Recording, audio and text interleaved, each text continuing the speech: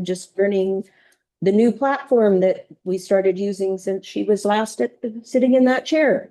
So we'll call this regular council meeting of April 14th to order. We respect and recognize the First Nations within whose unceded lands the village of Kaslo is situated, including the Ktunaxa, the Snites, and the Silex people, and the Indigenous and Métis residents of our community. Prior to the adoption of the agenda, I wanted to say that there has been a request to receive late material related to the existing agenda item on the Kaslo Baseball and Softball Association field use agreement. So the motion is that council receive the revised 2026 to 2031 field use agreement as late material for consideration under the existing item. So that the recommendation, we need that motion. Yes. You just made it. And okay, so I've made that motion. Is there a seconder? Councillor Bird, any discussion? All those in favor? Motion is carried. And the agenda for the April 14th, 2026 regular council meeting be adopted as presented. And that's because that is related to an agenda item already, so it's not amended. And by Councillor Leithwood, seconded by Councillor Brown. Discussion? All those in favor? Motion is carried. And adoption of the minutes, if there are no errors or omissions, recommendation is that the minutes of the March 24th meeting be adopted as presented, moved by Councillor Brown, seconded by Councillor Lang. Discussion? All those in favor? Motion is carried. Under general matters, we have no art at council for this evening.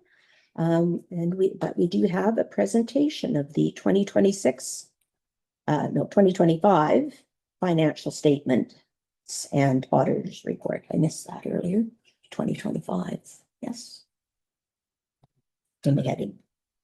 So welcome our auditors to present the statements for us this evening. And staff will do that. Staff will do that.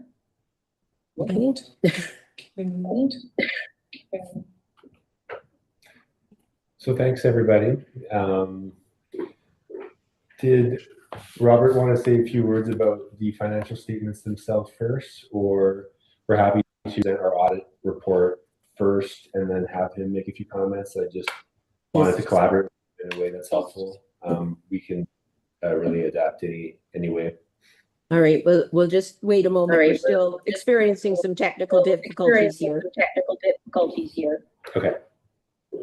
Thank you. Talking to yourself. Yeah. This is us. No, mute it there.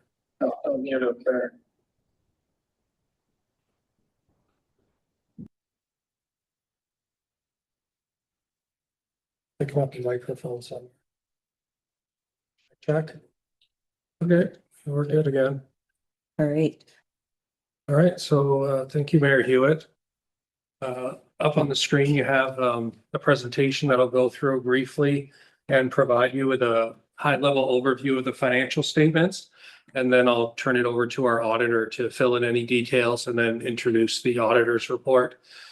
So some highlights for you was that 2025 was overall a stable year for Kaslo. There's an annual surplus of almost $900,000. There's some unspent funds from the COVID-19 grant that the village received several years ago.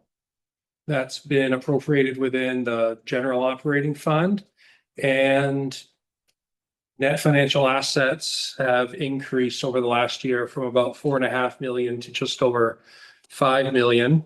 When it comes to revenues, there's about $3.86 million that was received, slightly higher than last year, and there's a few reasons for that. One of them was the increase in property taxation. Then we have conditional transfers increase. That's from provincial and other project-based grants that were brought in. Unconditional transfers was decreased. That's because of some one-time funding. There's some interest and other income that the village received. And water and sewer user fees remain stable at around $500,000. So overall, revenues were healthy. We had grant activity, there was stable taxation and good revenues from our utilities. On the expense side, $2.97 million, which was down from $3.11 million last year.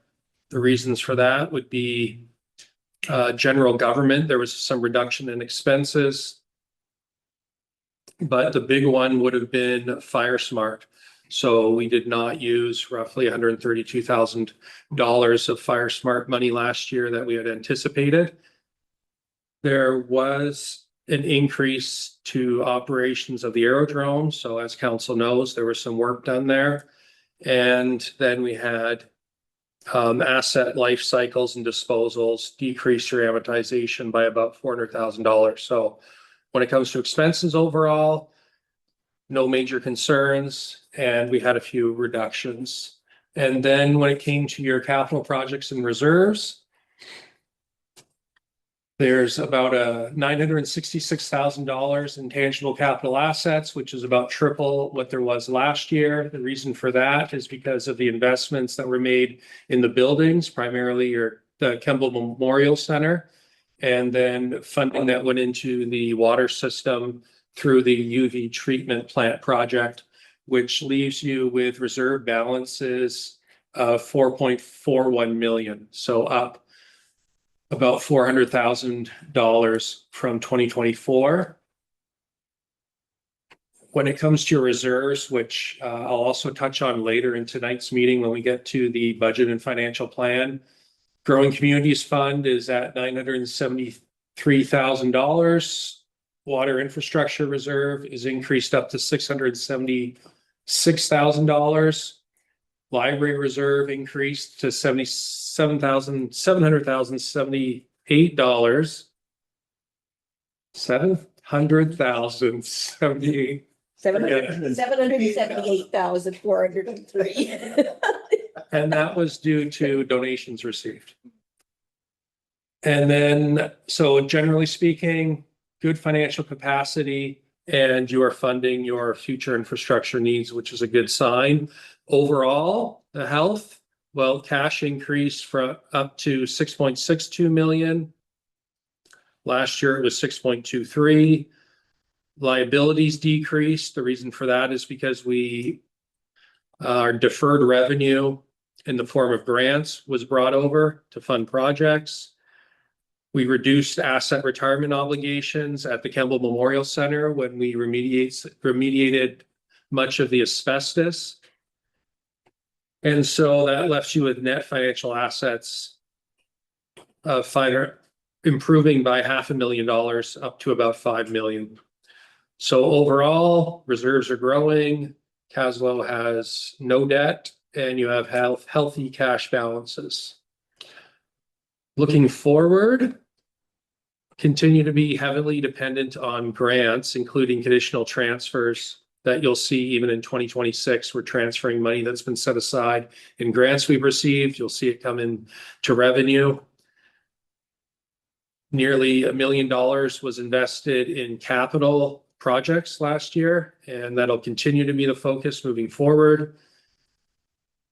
There is some restricted funds, about $1 million in unspent restricted funds. That'll go towards projects that you've identified through your strategic priorities and that are included in the budget that's being presented later today.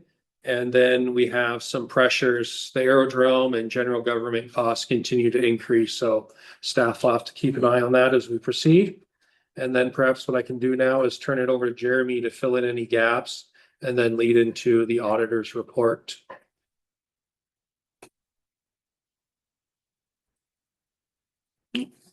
So Jeremy, there you go. We just gave you permission to unmute. Wonderful. Thank you so much for the introduction, Robert. And I'd like to introduce myself. My name is Jeremy Childs. I am an audit partner with Doan Grant Thornton LLP. And I can confirm we've completed the audit of the Village of Kaslo for the year ended December 31st, 2025. And in this report and in this meeting, I'd like to just review the scope of our audit, the roles and responsibilities within the financial reporting process, and also our report. Thank you, Robert, for that fairly detailed report and walk through the financial position and the results of the operations of the village. You touched on most of the points that I had jotted down.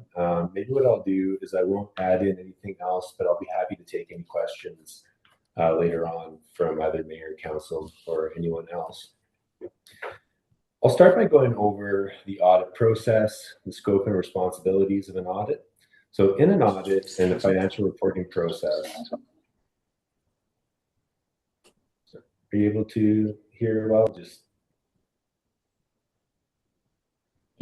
everything, everyone can hear me okay? Yes. All right, Yes. perfect.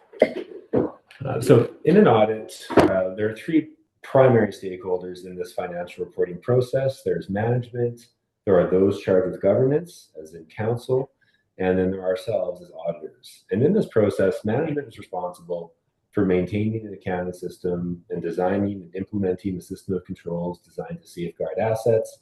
And they're also responsible for preparing financial statements in accordance with public sector accounting standards. And as auditors, our responsibility is to conduct an audit on those financial statements.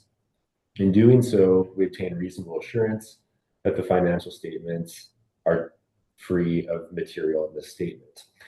And we do that by obtaining records and suggesting journal entries and completing our procedures. And if management approves our journal entries, we are able to issue an unqualified audit opinion.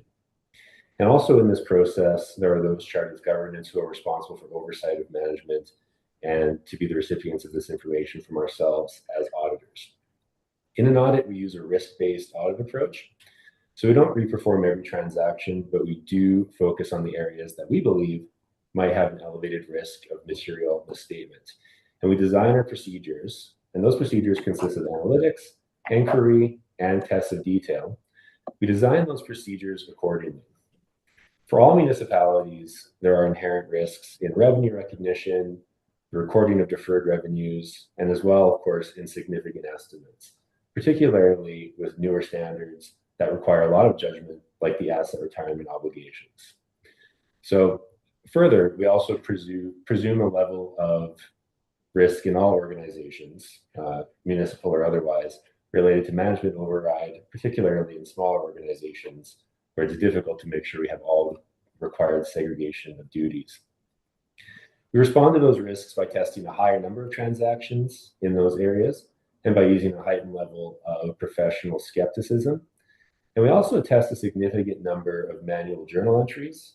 And when appropriate, we take a substantive approach to our audit testing, which just means we rely more on digging into the details than we do on relying on controls in an organization. I'd also like to confirm that in terms of key complexities or key challenges, we did not encounter any significant differences of opinion with management through the course of our audit. And really the key complexity that we dealt with in the audit this year was involving asset retirement obligations. And in this case, we assisted management with our preparation of the continuity schedules and the adjusting journal entries. And the unique aspect of that for this year was the fact that some asset retirement obligations had been remediated in the year.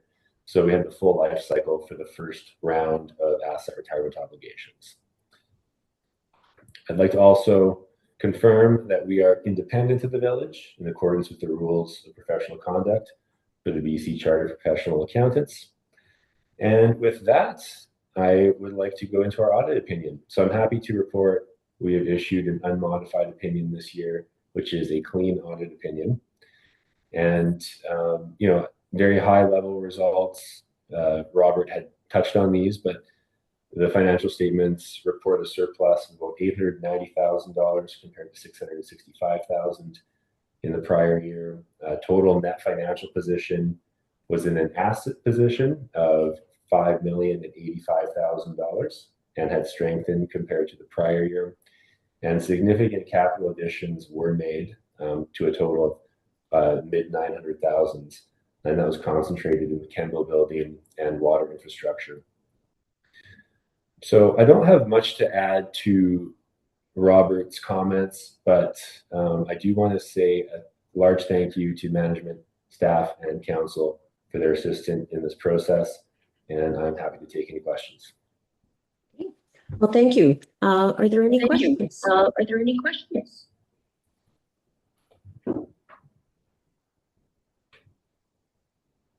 Great. I don't see anyone I with don't see questions. anyone with questions. Gotta fix it. Gotta fix it. That was recording. That was recording. Are you getting an echo there, Jeremy? I'm not, but maybe what I'll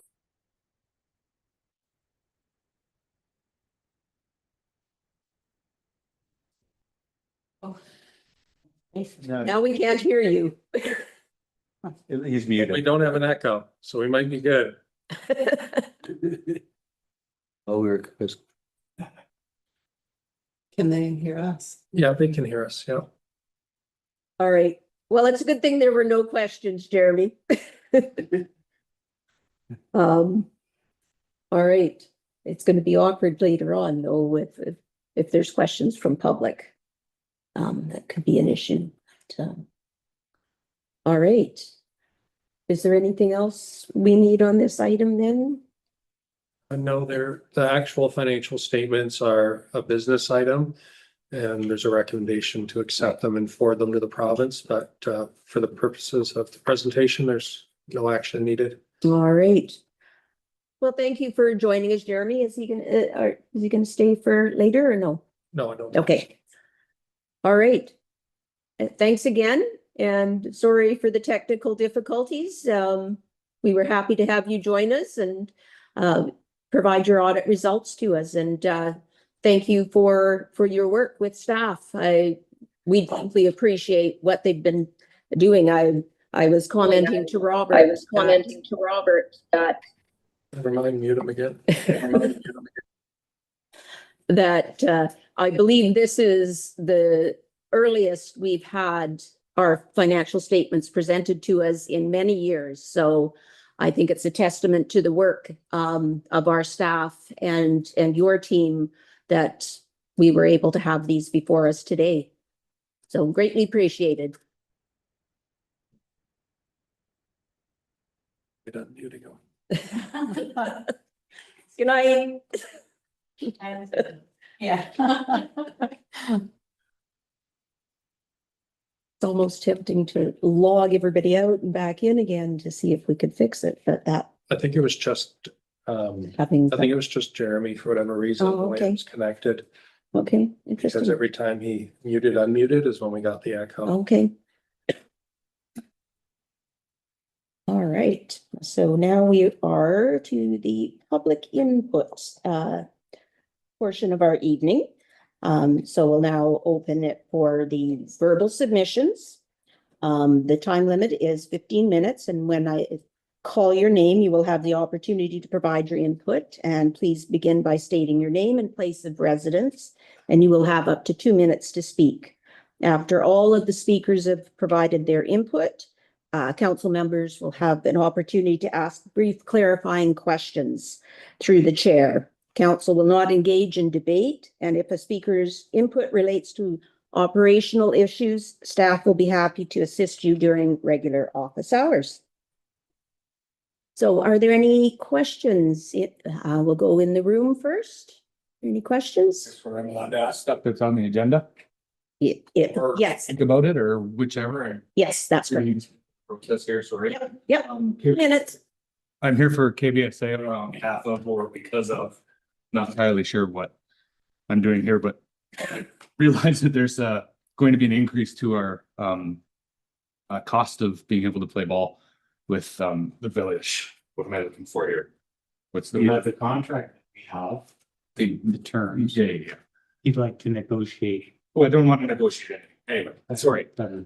The fact that it's going up over 250%, or maybe it's just shy of 250%, 247% over last year's service agreement. That's the word I'm trying to get out.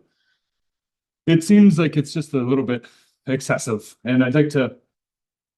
I read the report on expenses from the village's side, and I'm just curious as to what actual expenses are on the table for the village if KBSA wasn't playing at all. I don't know if there's much of a disparity between us actually being there and not. Therefore, in my mind, not supporting such a huge increase. I guess another question is, at what point or how does council go ahead with being able to reduce that increase? Or can they? Or does the KBSA have to do something on record for that to happen? And again, I don't even know if you guys are allowed to answer me, so I'm kind of going blind here. And So the process is that everyone is allowed to ask their questions, and then at the end of all the questions, then Okay. council can ask clarifying questions. okay, Great. Thank you. yeah. Are there any other questions? If there's anyone online with a question, if you could raise your hand and then staff knows whether to allow you to unmute.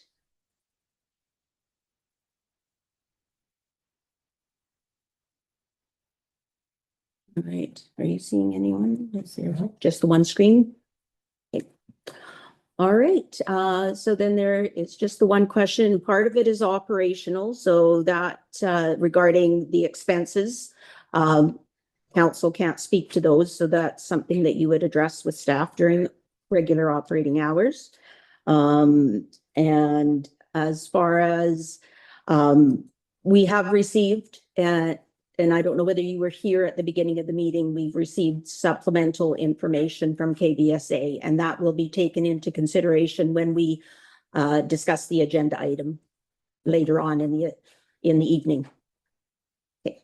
Okay. Thank you for your input. Yes, clarifying question. Clarifying question. Yes. For them. How many hours can you estimate how many hours you think the Baseball Association volunteers to work on the field every year? Do I know that answer? Well, could you ask them? Could I estimate Yeah. off the top of my head right here in front of everybody? It'd be a lot. It's I'm a minor. how many? 90 days work. He's talking about people who do. Can I ask the counselor a question to help me with the estimate? How many days of this are we down? Around 60 or 70 days. Okay. 6. If I was to say 200 hours, I'm not going to be sure. Yeah. All right. Any other questions? And for clarification? All right, thank you. And there was no written submissions tonight. So we'll move into council reports. So I've submitted my report. I tried to keep my report itself brief. And embedded in my report are numerous links to programs that were for sessions that I attended, but there are some items like my CBT board highlights. Those are the things that I'm allowed to share, and the same with FCM and Municipal Finance Authority. And I do have a couple other things to report on. Let's start with the good news. I don't know how many of you will have seen the Facebook post this afternoon or today. Our own resident, Kit Ashenhurst, has received, he's a recipient of a BC Achievement Community Award. Just got notification today about that. So that's very excellent news. I got an individual email because I was a jury member for the last 2 years. So people are asked to amplify and promote that the awards exist. So this is the second year one of the residents of our region has received an award, so it's very exciting. And now I'm sure everybody has also heard about Kaslo Jazz Etc. Society having to take a year off while they reimagine what the event will look like in the future. It's very, disappointing and sad news for them, but and for the community, but I know that we as the village wish them well in their future, and we will, continue to support them as we can going forward, and hopefully everything will go well. And just to report that last night was the resident directed public input session for the granting stream, and there was $183,000 worth of requests, and we only had $58,282 to award. So it was very difficult. There were 42 members of the public in attendance who were eligible to vote. So now I get to spend the next 2 weeks tabulating the results so I can get them to the regional district by May 1st. So are there any questions on any portions of my report? Great. Any members of council have reports to provide this evening? No. Councillor Leithwood. To the chair. I just wanted to remind everyone about the Aging in Kaslo Fair next Saturday, April 25th at the Legion. It's not only for seniors, it's for anyone who's growing older in Kaslo. So there'll be some resources and demonstrations and some presentations, and it's from 10 to 2. So come by, it's free, and learn about what's available. Thank you, Councillor Leithwood. Councillor Brown. Through the chair, just another reminder that the community forest AGM is going to be this upcoming Thursday at 7 o'clock up at the school. All right, thank you, Councillor Brown, for that reminder. Councillor Bird. Through the chair, just wanted to let certainly everybody who lives downtown on Front Street, back in Penny Lane, or on Center Street, that the downtown one fire smart neighborhood is back in business. We took a year off last year, and so we're going to be circulating a flyer just in our little neighborhood about making sure that people are aware of the April 27th debris pickup from the village. And if anybody needs any help, so let the committee know. And still trying to do everything we can to make sure that our downtown is protected, which is not just for the sake of the people like me who live there, but it matters to all of us. So hopefully this summer we will do enough projects that we can mitigate the risk to wildfire to our town, or even any kind of fire, because it would spread so fast downtown as we're all supposed together. So just we're back on. Great, thank you. And further to that, the month of April is free garden waste deposits at the transfer station, all of May or April rather. So if you don't manage to get it out to the curbside in time for the crew to pick it up, you can always, if you have the ability to get it up to the transfer station, that's open to you. All right. So then we will move on to the CAO's report. Mayor Hewitt.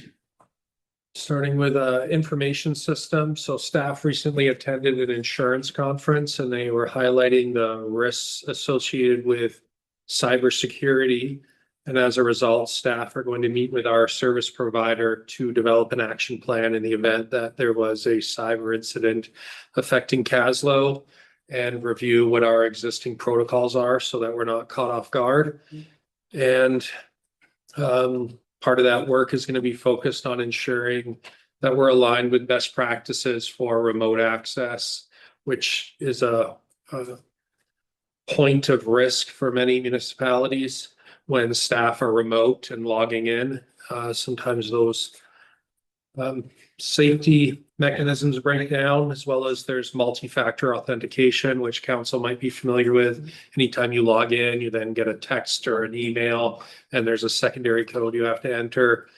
Data backup, so if something did happen to the information that the village has stored, we have access to backup information. We're not down for days or weeks. And then continuity in the event that we lose connection with the fiber optic system and our servers. So all of this is to kind of make sure that the village is following best practices and we're well prepared. The next item would just be letting council know that the call for nominations for Citizen of the Year has been issued. There's a deadline of June 5th. And you'll see an advertisement in the local Valley Voice. There's also quite a bit of information on the village's website. So the public notice, as well as any other promotions that we do, are going to direct everyone to the village's website. So feel free to check out that source of information. Special events, we have May Days coming up in just over a month. So staff are working with the Chamber of Commerce and the Events Committee on planning for that event. Insurance requirements, road closures, and estimating in-kind services. So in 2025, council approved about $4,000 in the way of a grant to cover facility rentals and road closure permit for the Chamber of Commerce.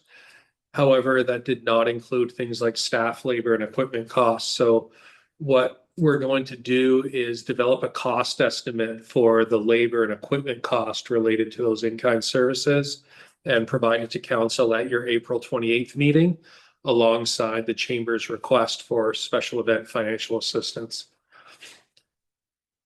Emergency management. Council, I believe, is aware that there's EDMA, the Emergency and Disaster Management Act. Part of it requires the village to have a business continuity plan. Although regulations that specify exactly what we have to do haven't been released, staff are going to begin developing a plan using guidance from the Municipal Assurance Association to make sure we're ahead of it. Continuity plan meaning some form of business interruption. You would have been maybe familiar with COVID that caused an interruption. So going through all of the various different hazards and risks that are faced by the village and how are we going to respond in the event of some type of emergency. Also related to emergency management would be Fire Smart. So forgive me if I've already mentioned it to council, but our Fire Smart coordinator recently attended the annual summit and was a panel member where she spoke about her experience as the province's first youth Fire Smart coordinator. So obviously proud of our staff. Roads and sidewalks. Council knows that we recently issued a tender for rehabilitation, and before that tender closed, we found some issues with the quantities that have been specified. So we've put a pause on the tender and are going to regroup and put it back out with quantities that are going to fit within the council's budget.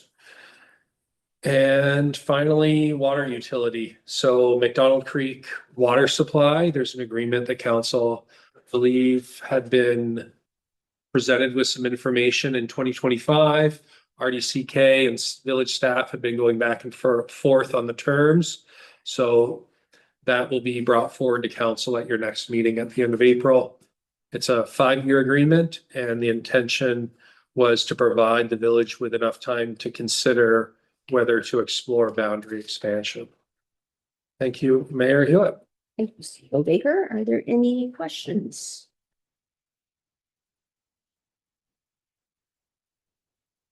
Great, hearing none, we'll move on. There are no items on our consent agenda this evening, so we'll move straight into business items. So the first one is the 2025 financial statements. And I guess I can just read unless there are any specific questions about the statements themselves that weren't addressed in the CAO's presentation earlier. And we'll recommend, did you have a question? Yes. Yep. Through the chair. It's noted that there's a surplus $890,760. Is that all unallocated or is some of that funds that are earmarked for projects or is that surplus usable towards asset management deficits or anything like that? Like when we say we have a surplus, what exactly does that mean? So through the chair, there is a slide in the draft budget presentation. And so what it'll show you is that as of January 1st, you had $553,000 in surplus that you could use to put into reserves or to fund projects or whatever made sense. The budget shows about $174,000 of anticipated expenses that are going to come from that surplus in 2026.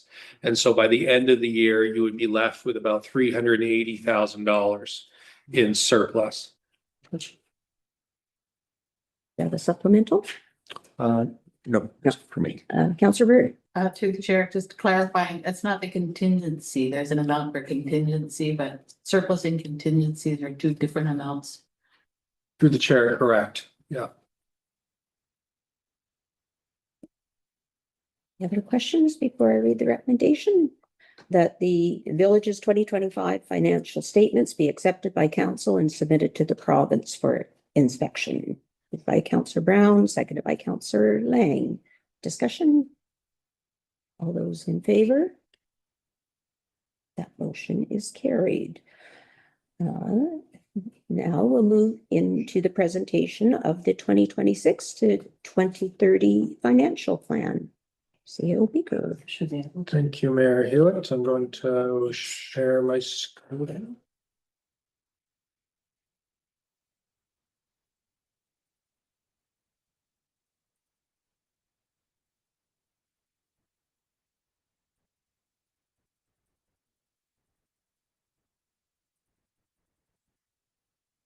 There we go. So draft budget, some of the information I'm going to share you're already familiar with because you've had previous meetings. And then others will get into some little more detail on what you have in reserves and grants. So to start with, we'll go with a summary of changes. This slide, let's see if I can move this all the way somehow. Okay. So you'll recall us talking about a municipal price index. So if we take things like increases to labor and utilities, materials, tariffs, 7% PST on professional services, it gives us a general idea that our expenses are going to increase by 4%. And then on top of that, we would have expenses like the Director of Municipal Services position, which is new, $145,000, including benefits. How do we offset some of those increased costs? Well, we know that the Director of Finance and Corporate Services position hasn't been filled yet, so we can budget it at 50%. So that saves us about $67,000 for the year. Some other expenses that we know are coming our way for the year would be the 2026 election. So we've budgeted $10,000 for that. There's $6,600 in signage that's required at the aerodrome to ensure we're meeting regulatory requirements, warning people that there's low-flying aircraft in the area. We also have some work that needs to be done at the SS Moy Visitor Center area to protect the public from the dangers of the slope. We have an accessibility plan that's been on the books for a while and needs to be completed. So there's $15,000 proposed to bring in a consultant to work with the accessibility committee and have that work finalized this year. Kaslo Bay Washroom was a project that council identified in its strategic priorities. So in addition to the capital expense of approximately $60,000, there would also be an increase of $4,500 in operating costs for cleaning and maintaining it. No major increases are possible to your reserves. We would simply maintain all of your current service levels. And then on the positive side, where there's opportunities for revenue increases, we have water and wastewater user fees have gone up by 5%. That gives us $17,000 for water and another $7,000 for wastewater. And then we have parcel taxes that have gone up by 17%. That's done through bylaw. And that means there's $13,000 going into the water utility and about $5,000 going into wastewater.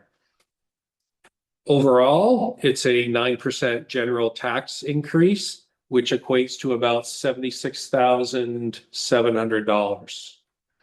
If you wanted kind of a rule of thumb, for every 1% general tax increase you do, you'll have an extra $9,000 in revenue.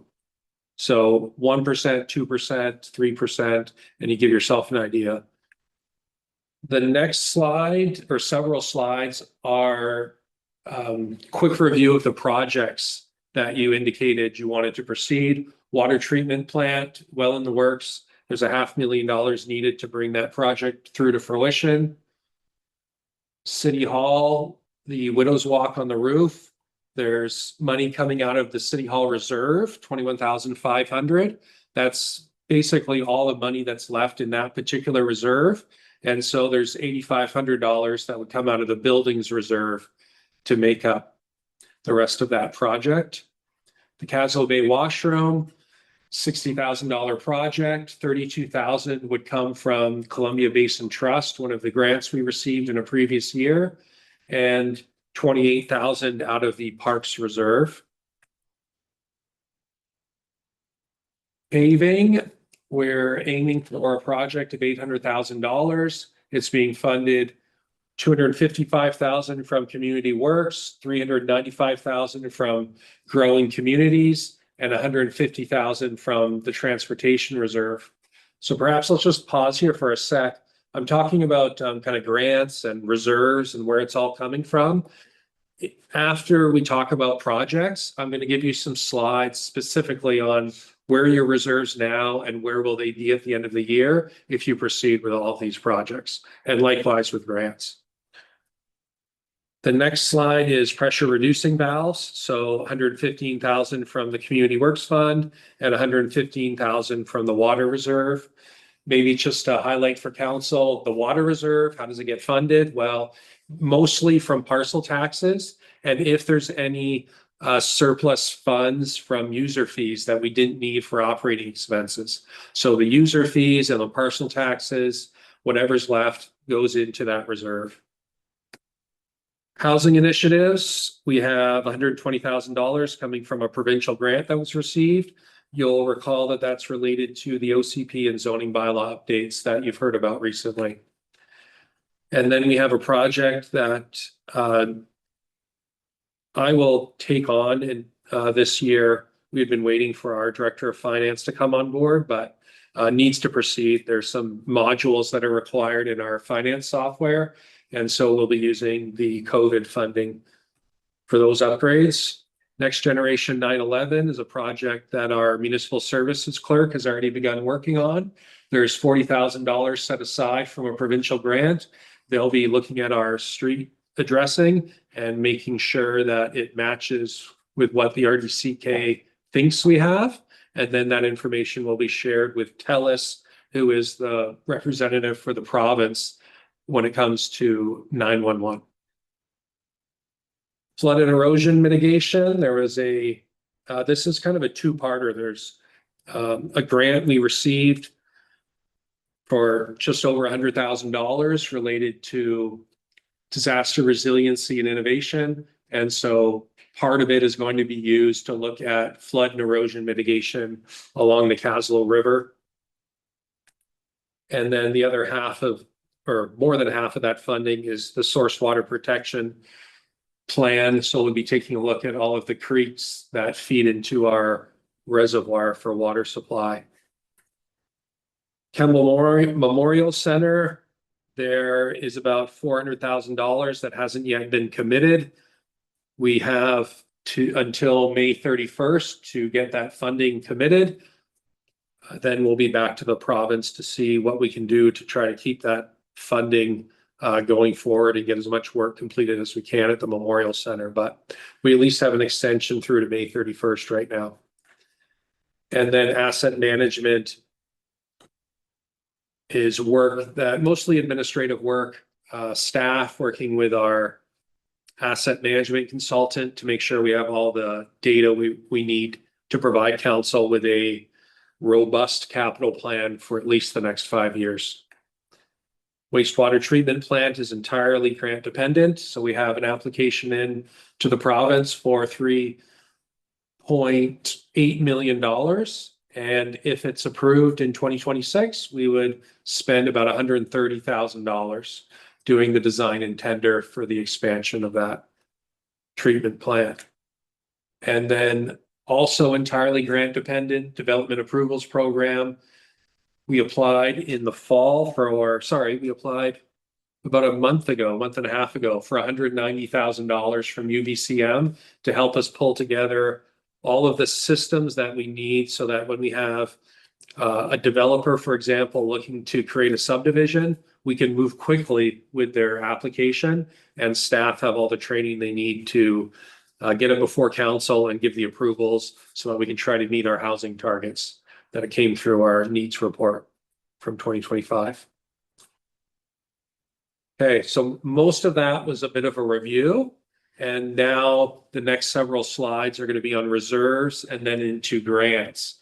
So the Canada Community Building Fund, you might also have called the Community Works Fund or the gas tax many years ago. So starting the year at $457,000 with all the projects and some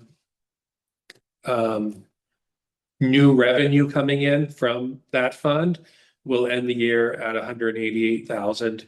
Climate Action Program might also have been called the Carbon Fund. We're starting at $135,000, projects at $50,000, leaving you at $85,000.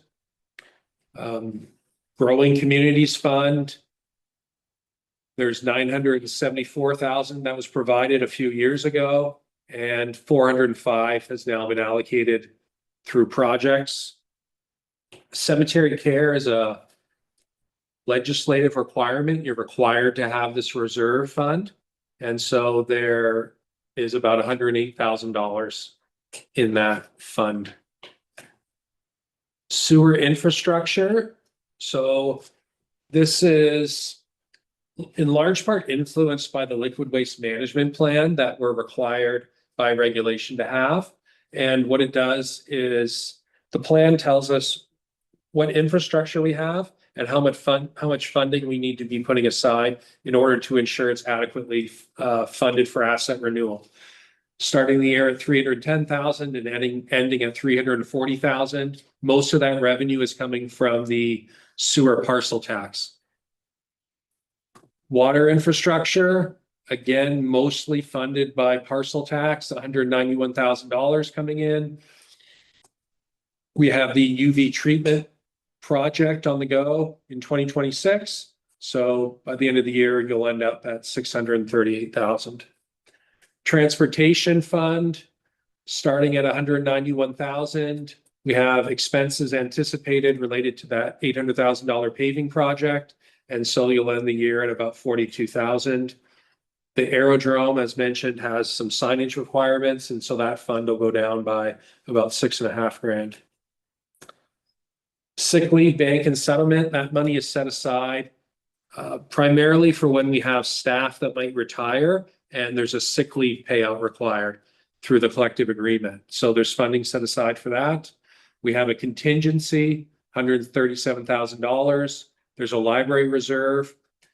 Important to note that in last year, council had set aside $50,000 of community works funding and $318,000 of growing communities funding to be put towards the library if they were successful with their major grant application. Since they were not successful, that has been pulled out of the budget. So it's back into the community works fund and the growing communities fund. It's no longer allocated to the library project. However, the library does have about $778,000 set aside to continue working towards that project. Public Arts has $3,000. Buildings, machinery, vehicles, equipment, $140,000.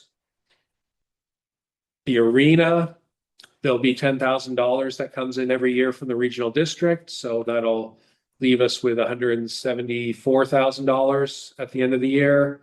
City Hall, as we mentioned, that reserve will basically be drained with the Widows Walk. And then the Campbell Memorial Center, the project that's currently underway will also drain that reserve fund. And the final one would be the Parks Reserve, $10,000 coming in from the regional district.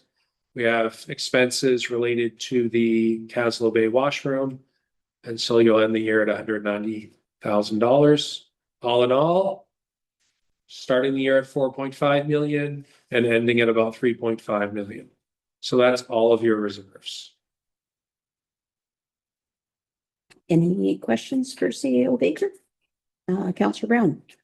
Through the chair, for the library funds, the 778,403 that we have aside, as that grant was not accepted, is it in an account in which it will gain interest so that when we look back at it, maybe in a year or two, as we're starting to look at the future of how we move forward with that, where that will actually be growing in a somewhat meaningful way? Yes, so it is accumulating interest, and you'll see in the details of the budget, there's a line item that specifies how much money we're anticipating in the form of interest from money that's sitting in the village's bank. Okay, thank you. Councillor Leetwood? To the chair. So we did make that resolution to, set aside the money from the communities fund for the library, but they didn't get the grant. But did we not make a resolution that we would pay the shortfall if they were successful at some point? I'd have to, through the chair, I'd have to double check the exact resolution that was made. I don't want to misspeak, but what I recall is absolutely, if the grant was successful Right. and the building cost more than funding that was available through grants, the village would have to make up the shortfall.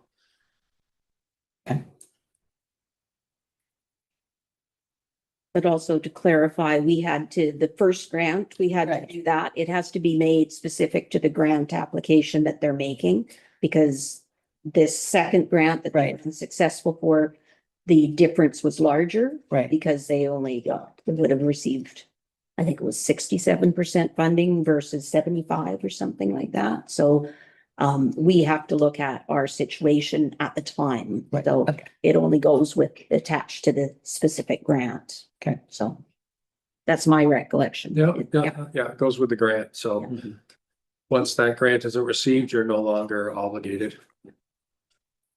Any further questions for CEO Baker? Councillor Bird? Got four. Okay. Quickly, I just realized that my question was the climate action program.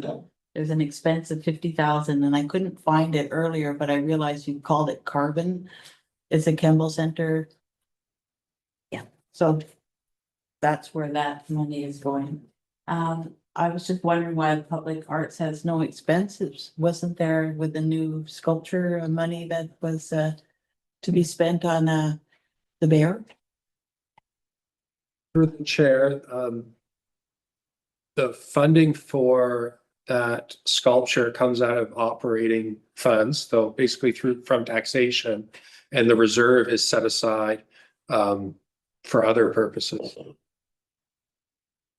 It's interesting. I'll find out what those are at another point.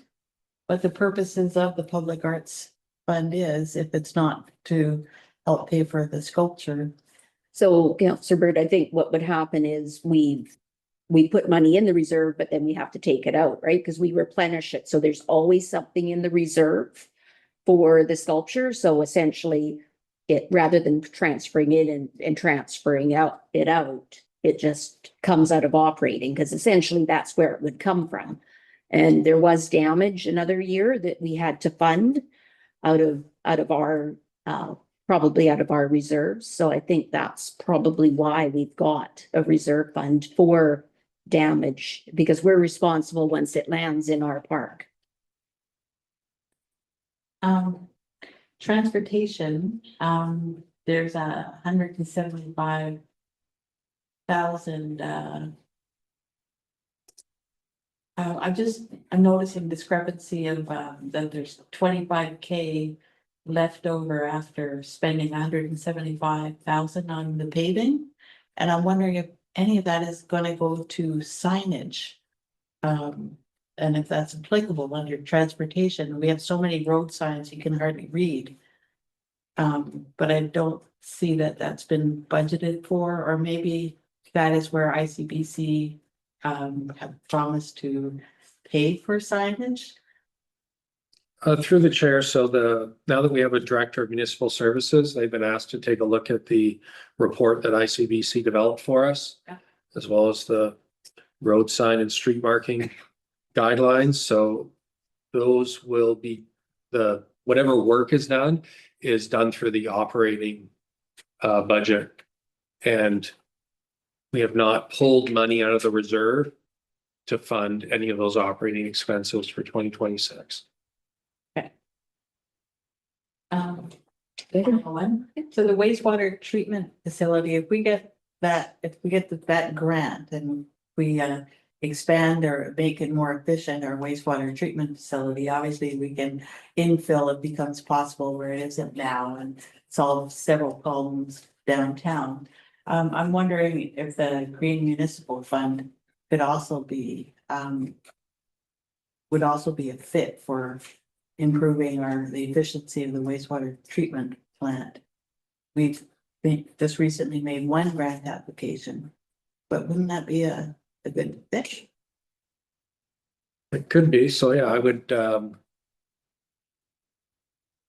would defer it to staff to take a look at what is needed, how much money is needed in order to fund these projects that we're going after and how to fund it. So we have a director of municipal services, and part of his job is to figure out what projects need to be done. And then when we can find somebody on the finance side, their job is to figure out how to fund it. And yeah, taking a look at grant opportunities is a high priority for them. That's it. All right, thank you. There are more slides. Yep. Okay. Yep. Okay. Just any other questions? All right, you can go ahead, CEO Baker. Thank you, Mayor Hewitt. So a couple slides here on your grants. So Canada Community Building Fund. We have $111,000 coming in, which is, the annual receipt of the grant. And then we have a $380,000 of expenses. So you'll be left with about $188,000 by year end. COVID rapid restart, the funding that's remaining, $58,000, all of that will be spent this year. And so that grant will be exhausted. And then the Growing Communities Fund, $973,000 down to $568,000. Climate Action Program, similar. So what you'll see about these four grants in particular is they mirror your reserve funds. They're literally the same numbers. And that's just because they're a reserve, but they're also a grant. And then you have a community development fund, which is through the regional district, starting the year at 122,000, anticipating 44,000 to be added, $40,000 in expenses, and resting at 126,000 at year end.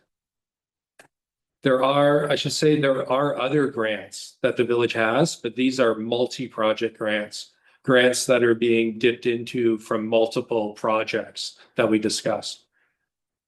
And then you have your surplus, which relates to Councillor Brown's question from earlier, starting the year at 553,000, using 173,000 of it, and ending the year at about 380,000. And so that brings us to what I believe is our last slide, which is the financial plan bylaw. Based on all of the information you've received, we develop a financial plan. It's required by the community charter, authorizes revenues and expenses, the projects we've discussed, as well as the various transfers from reserves. And the bylaw itself gives us the legal framework for taxation and spending for the next 5 years. Why does it matter? It allows us to be transparent with the public and how we're using public funds and helps ensure accountability. It aligns the budget with council's strategic priorities and ensures that we have stable service delivery and we're being responsible with respect to our asset management. So what is included in that bylaw? There's the operating capital budgets, tax rates and user fees, reserves and surplus, how projects and funding sources are being allocated, shows you how reserve funds are being moved, and formalizes council's direction for this year and the next 4 years. That is the budget presentation, and then all of the other documents that are included provide you with the background information to consider the staff recommendation. Thank you. Thank you. Any questions on the last few slides? Councillor Brown. Through the chair, for the community development grant, we have 40 in, 40 out. We have 125 overall. Is that 125 just excess from years past in which that was unused? And if we're only doing 40 out every year, but it's getting to be a surplus of above 40, how does that ever get rectified, or does that just continue to accrue?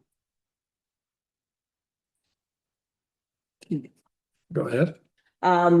It depends what applications that we use it, some of it internally, and we've got some external organizations that have requested. And actually I always wait till the end, but my question was about community development. It is actually more of a correction than a question.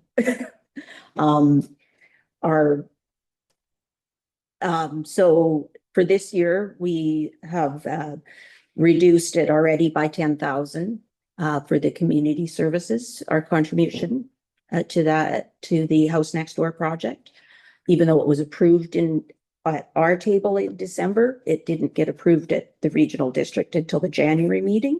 So as of March 19th, our community development balance was $61,710.75. So Say that again. $61,710.75. So I don't know whether that the regional district gave an incorrect figure or Look. but that's the report that I got for this week's for the March meeting. And so we would add the 40 to that. So it'll be close. It'll be just over 100,000. But like I said, it depends on what projects that we've got identified. So there's 40,000 identified now. So it'll bring it back down to the 60,000 it's currently sitting at approximately. And I know I forwarded the CAO correspondence that I got requesting grant funding, and it's for the CAO to consider and put on a future agenda. So, any other questions? Great. So that was the presentation, and there is the detailed, there's a staff report. Did you want to go over any of the other items? There's the financial plan bylaw draft is there, and the operating capital, the revenue and the expenses, and that was the draft financial plan, which we received at our March meeting as another part of that. Are there any questions on any of the other attachments? Because there's quite a bit of detail in the operating and capital attachments. It goes into considerable detail. So if there was anything in either of those documents that you'd like to ask CAO questions about before we give the bylaw first and second reading? All right, so then the recommendation is that the 2026 to 2030 financial plan bylaw number 1334, 2026 be given first and second readings. Moved by Councillor Brown, seconded by Councillor Lang. Any discussion? All those in favor? Motion is carried. Councillor Brown. For item number 9.3, I'm going to recuse myself as I am president of Kaslo Baseball and Softball Association. Right. And have the minutes note that Councillor Brown has stepped out of the room at 7:12.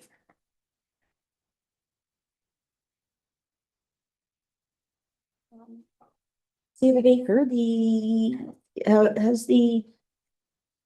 based upon the new correspondence that we've received, that we're receiving, none of the documents have been amended that are in the, Correct. okay.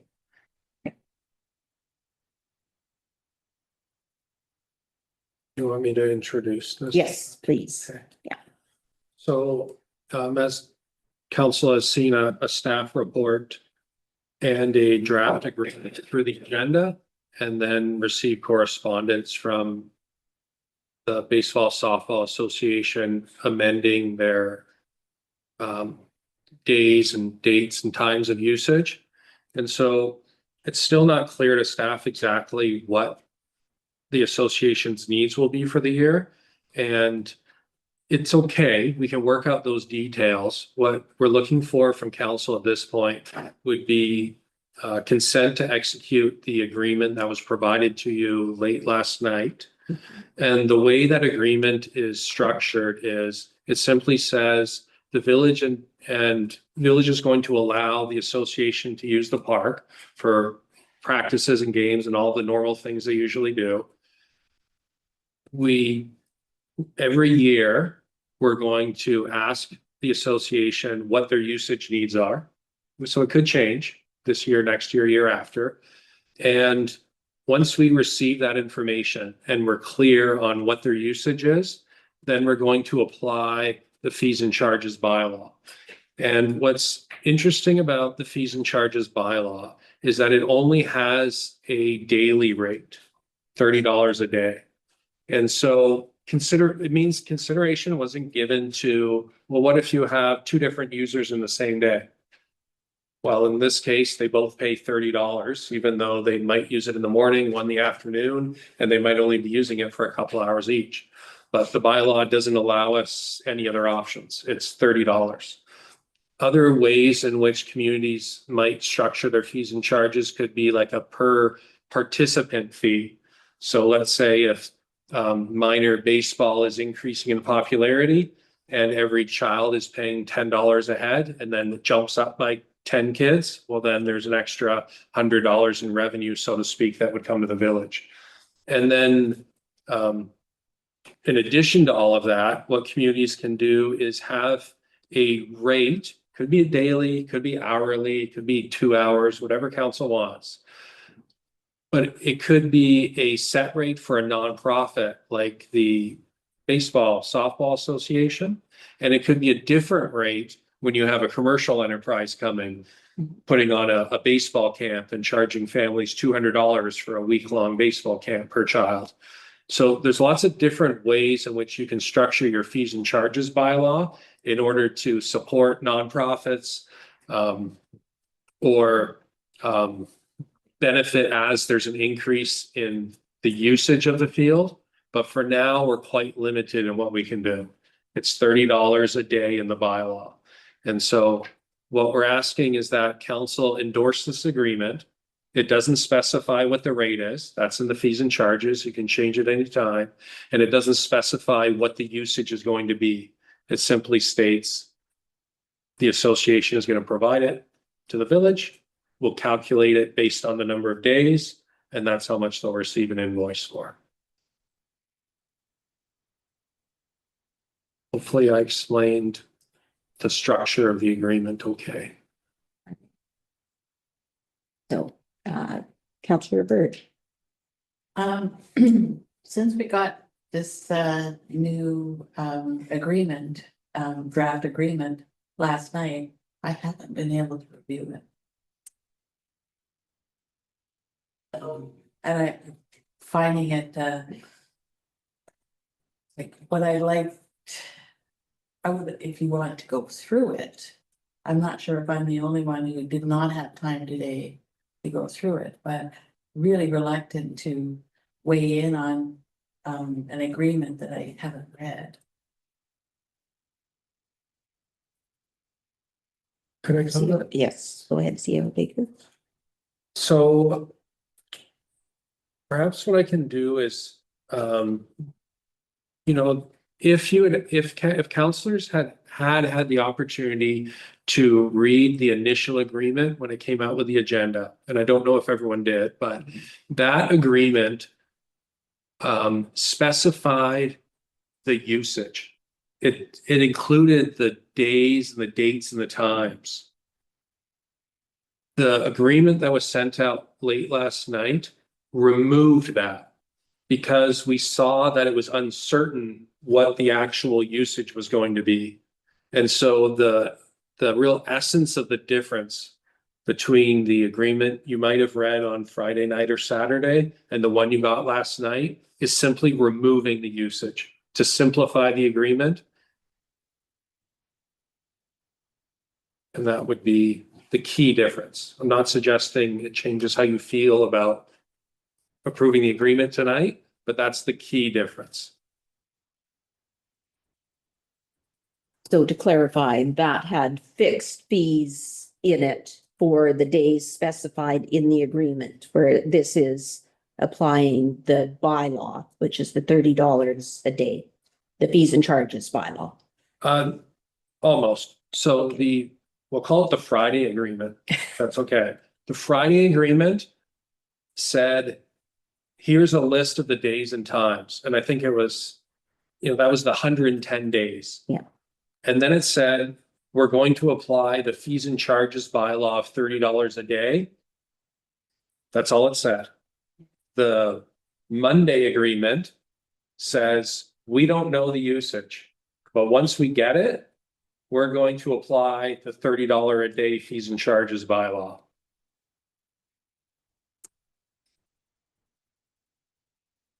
Councillor Lang. Yeah, through the chair.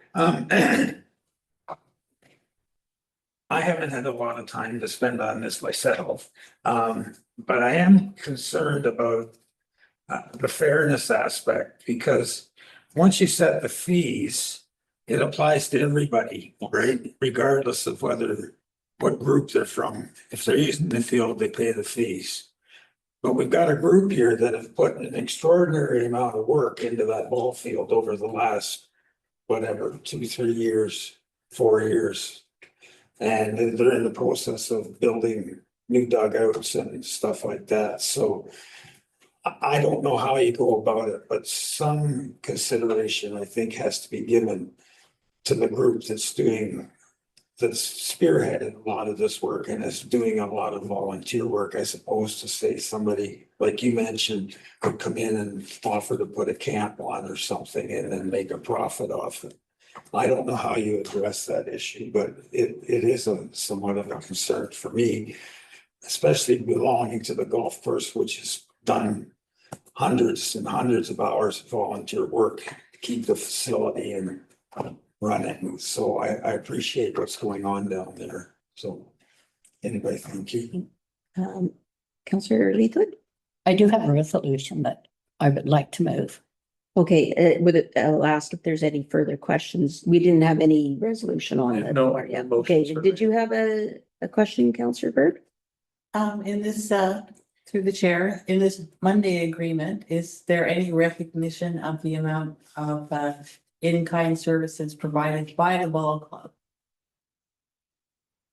Through the chair, no, and you wouldn't find it in an agreement because the agreement doesn't specify how much the association is going to be charged. You would reflect the service being provided by the nonprofit by adjusting your fees and charges bylaw. So just to touch on both of the comments that have been made, the cleanest way for council to show support for KBSA is through your fees and charges bylaw. Instead of having one fee for everyone, you have one for nonprofits or KBSA and then you have one for a family rental and one for commercial, something like that. And so staff can spend time coming up with a structure that reflects what I think council would like to see. The challenge we have is the season has started. We need an agreement in place, in particular to ensure that the village is indemnified and has protection from liability. And so what you could do is potentially proceed with this agreement, assuming $30 a day, but also pass a resolution directing staff to, as soon as possible, bring back a revised fees and charges bylaw. And so that as soon as you adopt those changes, they can come into effect and we can not charge KBSA $30 a day. In essence, you can charge them whatever you decide upon. Any other questions before Councillor Leithwood reads her resolution?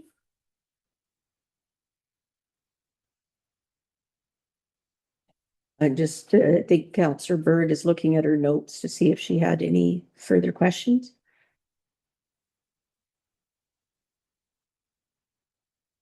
To the chair, it occurs to me that all my questions would be useful questions to ask when debating the fees and charges bylaw. So, I understand the need for an agreement, a long-term agreement with this, like it's a 5-year agreement that hasn't changed from Friday to Monday. So that the point is we want a long-term agreement. And we try to recognize, authorities and have to understand each other's roles. And what is different in the Monday agreement is that we're not assuming that there is we're gonna assume it's a $30 charge, but we're also going to be making a subsequent motion to have a look at the fees and charges bylaw shortly. But what if we were to go ahead and agree with the Monday agreement tonight, what we'd be doing is in making sure that our liability is covered. They have a 5-year agreement with the village. And as far as how much, and the roles and responsibilities are understood, and as far as how much we are going to charge them and any other group, that is yet to be determined. All right. I'd say that is a good summary. I do have a question. With the exception of the fees, was KBSA comfortable with the agreement? Mayor Hewitt, I don't think KBSA has had time to read this year's agreement in detail. It's been provided. It's almost identical to last year's agreement, but there's been some changes. And so I wouldn't, I wouldn't say that they're in 100% agreement with the agreement. I don't think they've had a chance to really review it. The only correspondence between staff and KBSA has been over the last 2 months trying to determine what is the usage, what days and dates and times do they need. Okay. So that's all the correspondence that's gone back and forth. And the follow-up is, when did they first see a copy of the agreement without the fees? Like, even if with the fees in it, when did they first see a copy of it? I sent them a copy this morning. Okay. Okay. The amended one, but Correct. the previous one, which was, Previous one they had not seen, okay, all but right, it's more, it was the same as last year. okay. Right. All right, Councillor Leithwood. That the fees and charges bylaw be amended to include a reduced rate of $20 per day for daily park rentals if used by an organization for 30+ days in a calendar year.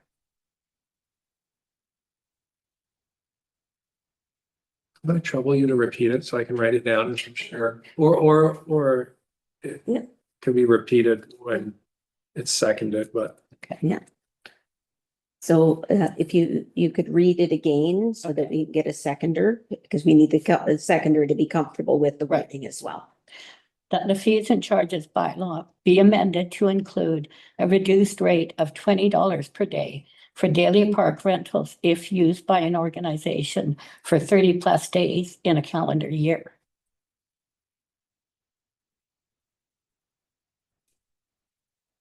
Okay, so the difficulty I'm having here is that the fees and charges bylaw is not something that's on the agenda today. We've got But it relates to the agreement, the agreement. what they're being charged. Which currently is $30 a day. And it does mention fees and charges in the agreement. so through the chairs, just to clarify, if this motion is seconded and well, actually, I guess we shouldn't even be discussing it until it's seconded and then I can comment. A second for discussion. Okay, seconded for discussion. Okay. Go ahead and comment. Yeah. Thanks. Sorry about that.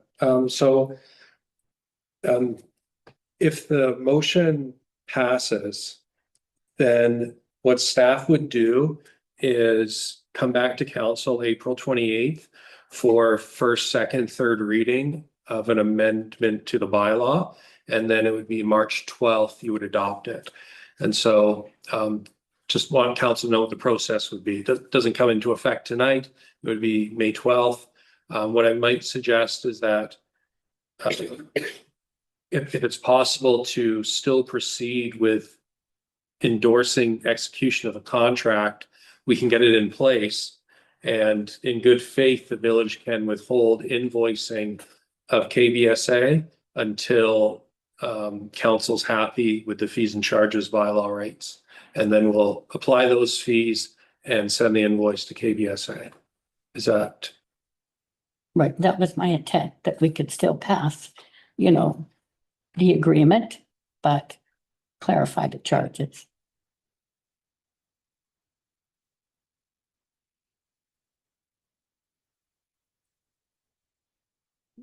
Councillor Bird. Through the chair. As far as the resolution goes, I see where you're going with it, but to me, the real reason that the KBSA would be getting a discount is because of all of their work that they've done for the field and for baseball in general. Like, they're not just any old group that plays 30 days in a year. So as far as when it comes to the fees and charges bylaw, I would think, rather than saying just any group that does 30 days a year, it's a group that has an agreement with the village.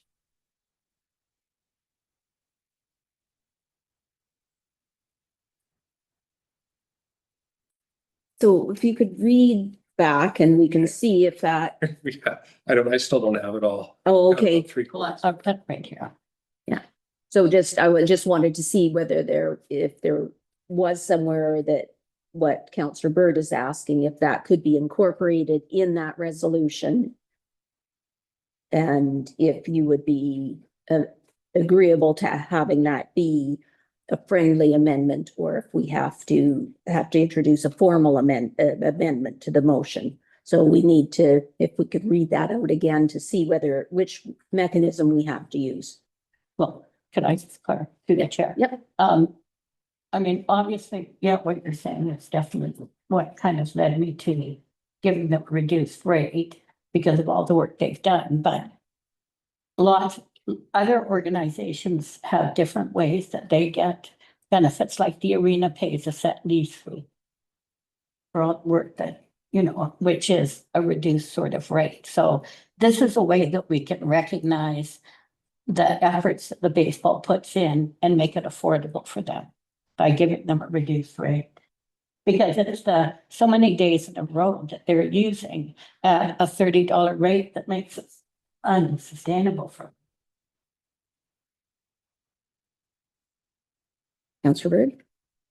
I still think that in the case of the arena, there is an agreement with the village. Right. And I would think in the same case that if an association has an agreement with the village then they get the reduced rate. Doesn't matter, like calling it 30 days or. I think that's less of the number of days doesn't assume anything. They could just be a group that uses it for 30 days and leaves it in a big old mess. Why should you give them a discount? My point is that this is a group that does a lot of in-kind services. We have an agreement with them that spells out our roles and responsibilities. So we have some assurance that there's a good reason we're giving them a discount. And the same with the arena, we have an agreement, we understand our roles and responsibilities and the respective liabilities. So on that basis, we're comfortable at giving a discount. But just the number, so there, it's just the wording in your resolution, I know what the intent is, but just the fact that a group uses a field for 30 days does not, in my mind, say, oh, well, of course it should get a discount. It's the fact that they do the work to make it, that they leave it in a better shape than it started. Because there is an agreement in place and they understand their roles and responsibilities and we understand ours. So that's my friendly amendment would be to delete the part where you say any group that has 30 days or more. And insert any group that has an agreement with the village. Because the agreement would be satisfactory to both parties. Which would include roles and responsibilities and in-kind services. So that's my friendly amendment, is not just count days, but to assume that under an agreement, we're happy to give a discount. Okay. I'm fine with the friendly amendment. I just want to get a reduced rate for the group. Because. So can we pass that over to Yeah. the AO Baker then? Let me see if I can.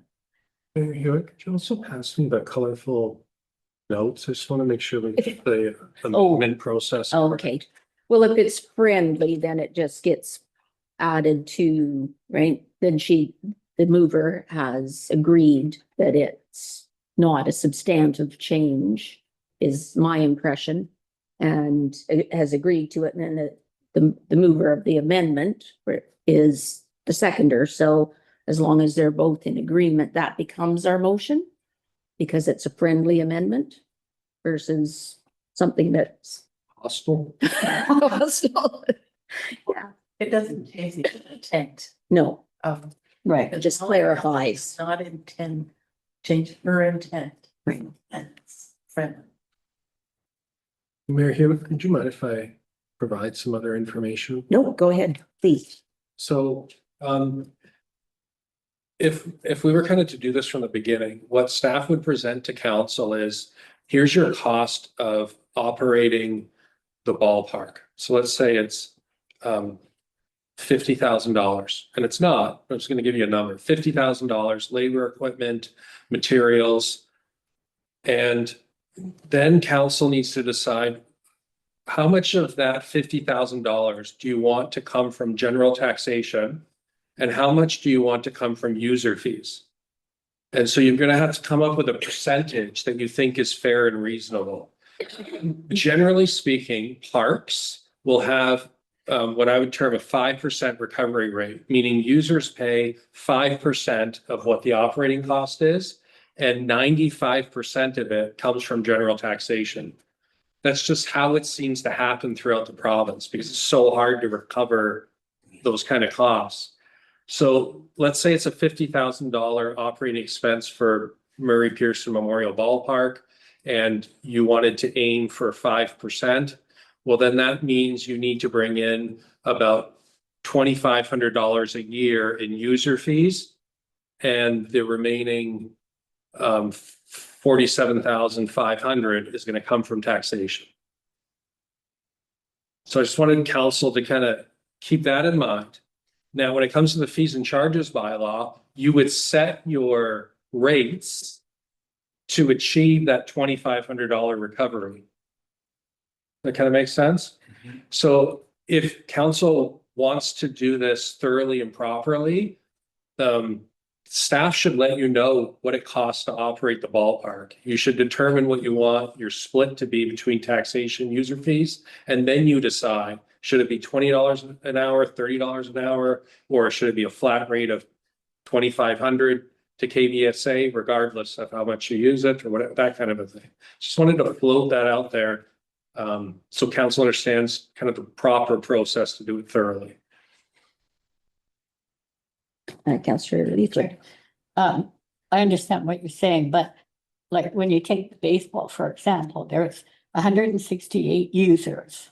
And I don't know how many use baseball as well. So there is a percentage of those people that pay taxes. So they're already contributing to the field. And when you take into consideration the amount of work that the association does that saves the village time, that's also included in what we want to recover. So that makes a difference as well. So it's kind of a double-edged sword, right?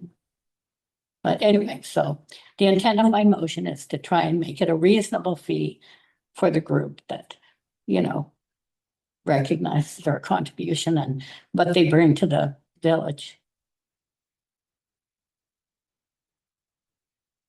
Here's another question I have. The KBSA, is it an umbrella group for youth baseball as well, or would youth baseball be, okay?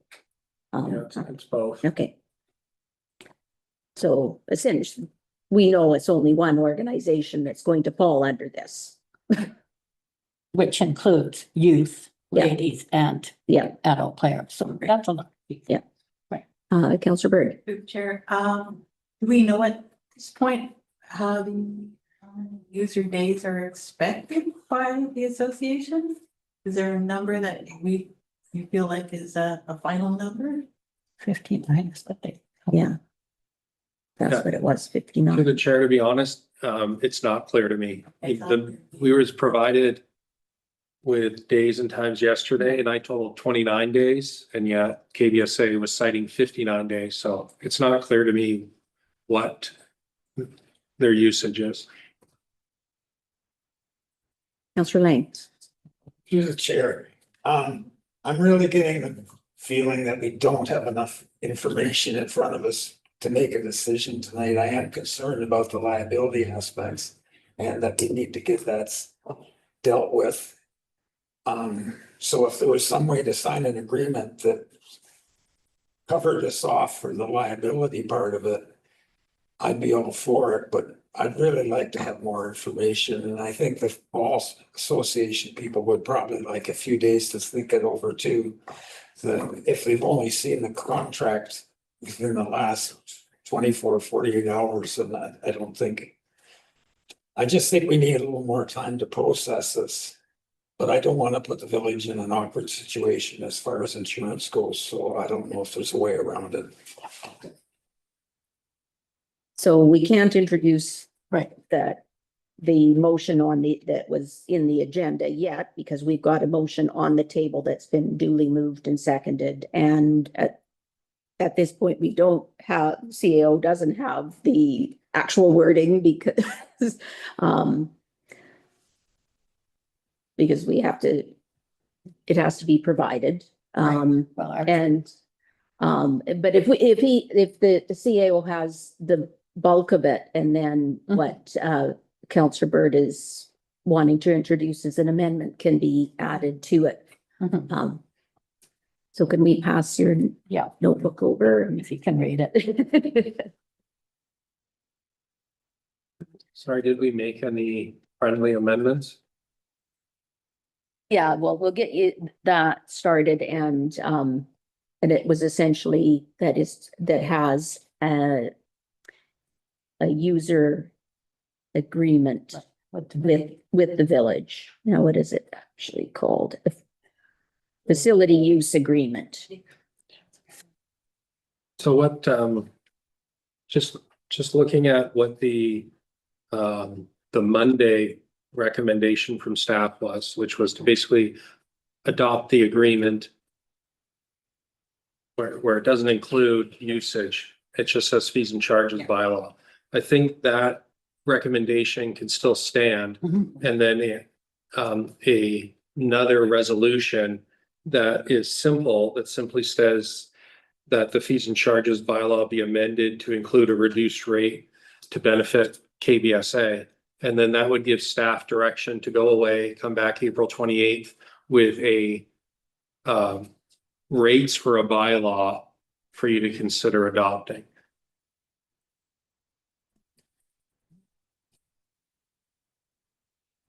Mr. Bird? Through the chair. So what you're suggesting, CEO Baker, is that the resolution put forward by Councillor Leithwood should not have a dollar amount attached to it, assuming that we will be getting a briefing on what the money actually means in a subsequent meeting. Correct. I could paraphrase your agreement. That any group that has a facility user agreement with the village should expect a discounted rate versus those people using facilities without an agreement. But to the chair, anyone that rent the park gets an agreement, don't they? So even if you come for one day, don't you get an agreement? A rental agreement? Through the chair, you end up with a rental agreement. It looks very, very different than the facility use agreement, Oh, which includes more requirements. but is that differentiated in the fees and charges? No. No. There, to my knowledge, there's no staff report that clearly describes how that fee was established. So it sort of sounds like the whole thing has to be looked at anyhow. So to do that one thing in isolation might not be the wisest choice. Anyhow, it might need more wording, might need to be amended so that we're not coming up with unintended consequences of making a motion tonight that fixes a fee. Because we're not gonna have the bylaw back to us until the 28th. That gives CAO Baker time to work on it and come up with something that where all the parts of it work together. And it's clear, I think CAO Baker has it clear what the intent is, and I don't hear any opposition around the table at this point to what you're proposing.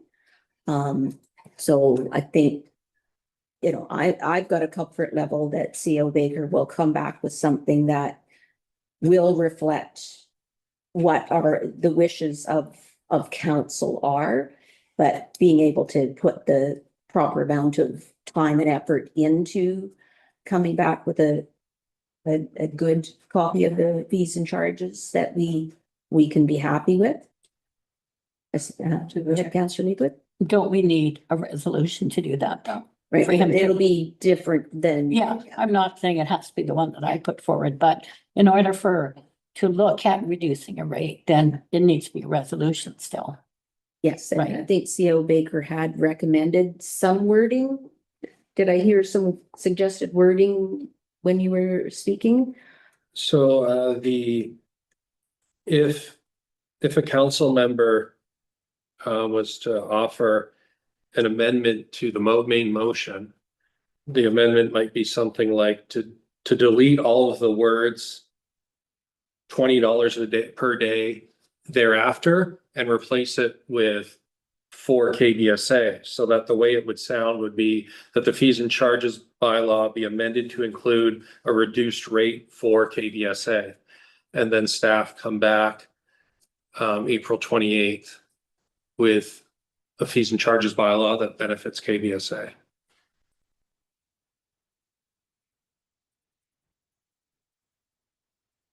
Or not.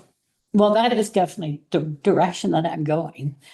So I want that to happen for them. But in general, if somebody does come and rent our facilities for multiple days at $30 an hour or $30 a day, that's a lot of money. So I can't imagine there is any other organization that would be renting it for that amount of time. But part of my intent was to recognize that, I mean, you go and get a gym membership, you a reduced rate if you get, a punch pass or something. So, I definitely want KBSA to benefit, but that's not the only reason why I'm looking at something, changing that. So for this, like tonight, let's just do what you said, but I still want to look at it further in general.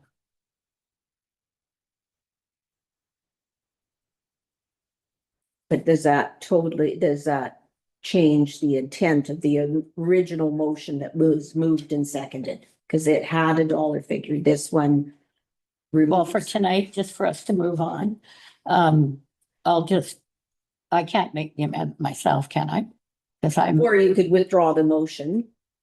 And can the Oh, yeah. motion be withdrawn now that it's seconded? No? No, it should, the right thing to do would be for someone to make a motion to amend okay, make a motion to amend. And I can't comment on whether the same person can do it. I'm sure you can. I couldn't imagine there's any reason why the same counselor couldn't make a motion to amend their motion. okay, well, I'm gonna make a motion to amend my motion to say what you said. If you could, Chair, we could just defeat that one and have a new one. That might be cleaner. Whatever you like. Okay, well, let's just defeat it, have a new one and move on. Yeah. Okay, All right, so. Did we have it with the agreement? we'll just call the question the way it's presented. Well, and that's what we need to know what we're exact, because we can't introduce the exact same emotion again. Yeah. I can read it. So the question is that the fees and charges bylaw be amended to include a reduced rate of $20 per day for users of the park that use it for 30 days or more in a calendar year.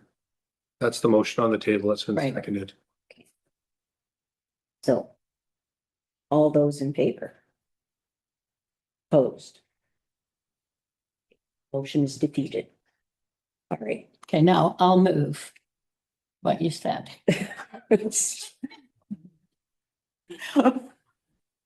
Moved. Shall I read? Yes, please. Someone gonna second it? I can read it Yes, so that yes. the seconder knows what they're seconding, that the fees and charges bylaw be amended to include a reduced rate that benefits Kaslo Baseball Softball Association. Okay. Discussion. All those in favor? Okay, motion carries. All right, and so oh, no, we're not done. So then we need to go back to the motion that's in the agenda. That staff fully execute the contract presented by staff titled Facility Use Agreement with Kaslo Baseball and Softball Association dated. Will the date be changed? Because this says April 1 in the resolution, it was changed. Sorry, I'll have to grab the one from the email that was sent and I can read it if you would like.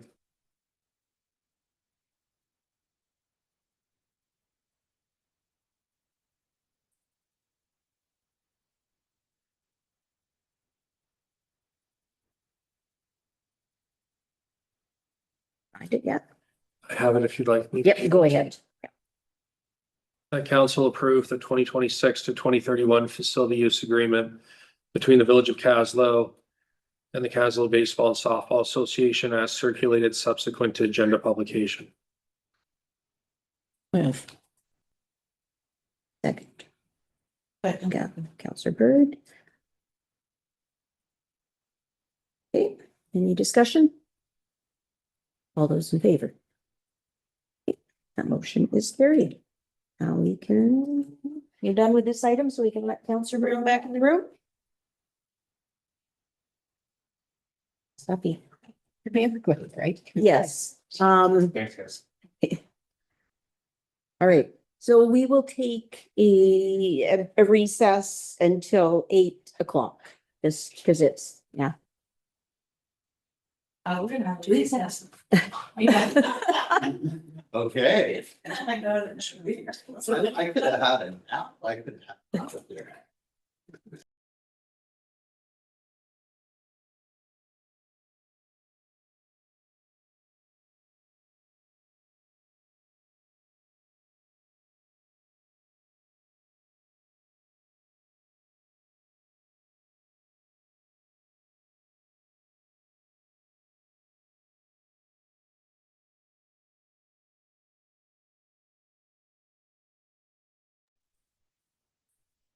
Good.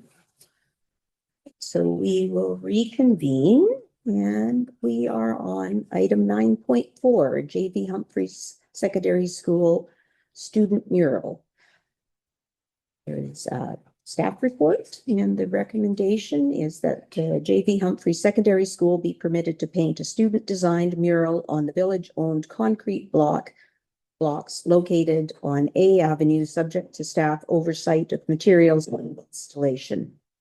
By Councillor Brown, seconded by Councillor Lang. Discussion.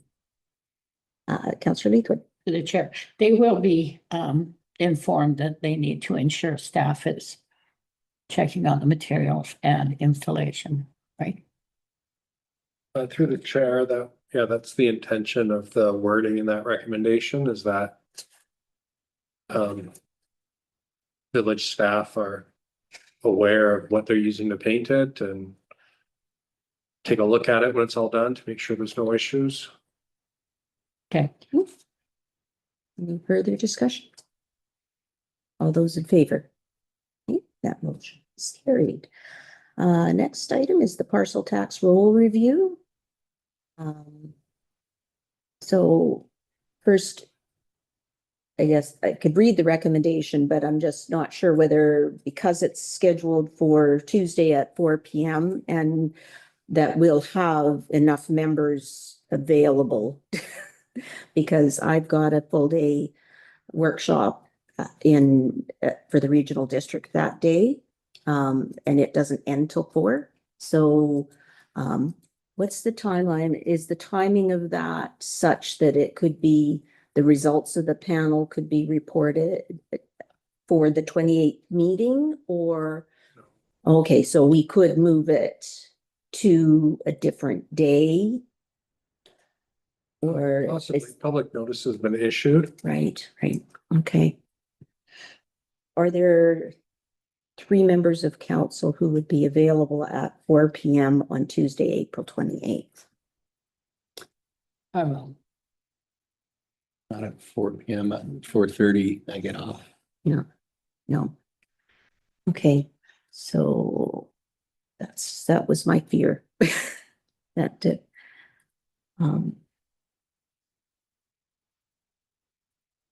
and it depends how many submissions that we get. What is the deadline for the submissions?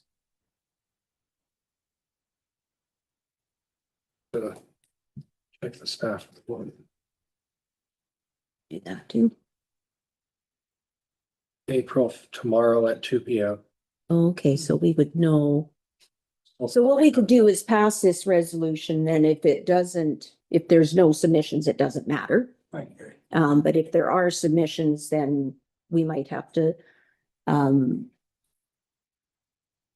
we just, We'll figure it out. well, okay. So I would be willing to sit on the panel. And I will. okay, and so anyone else, I'll make- pretend, well, what is it, 3 and an alternate?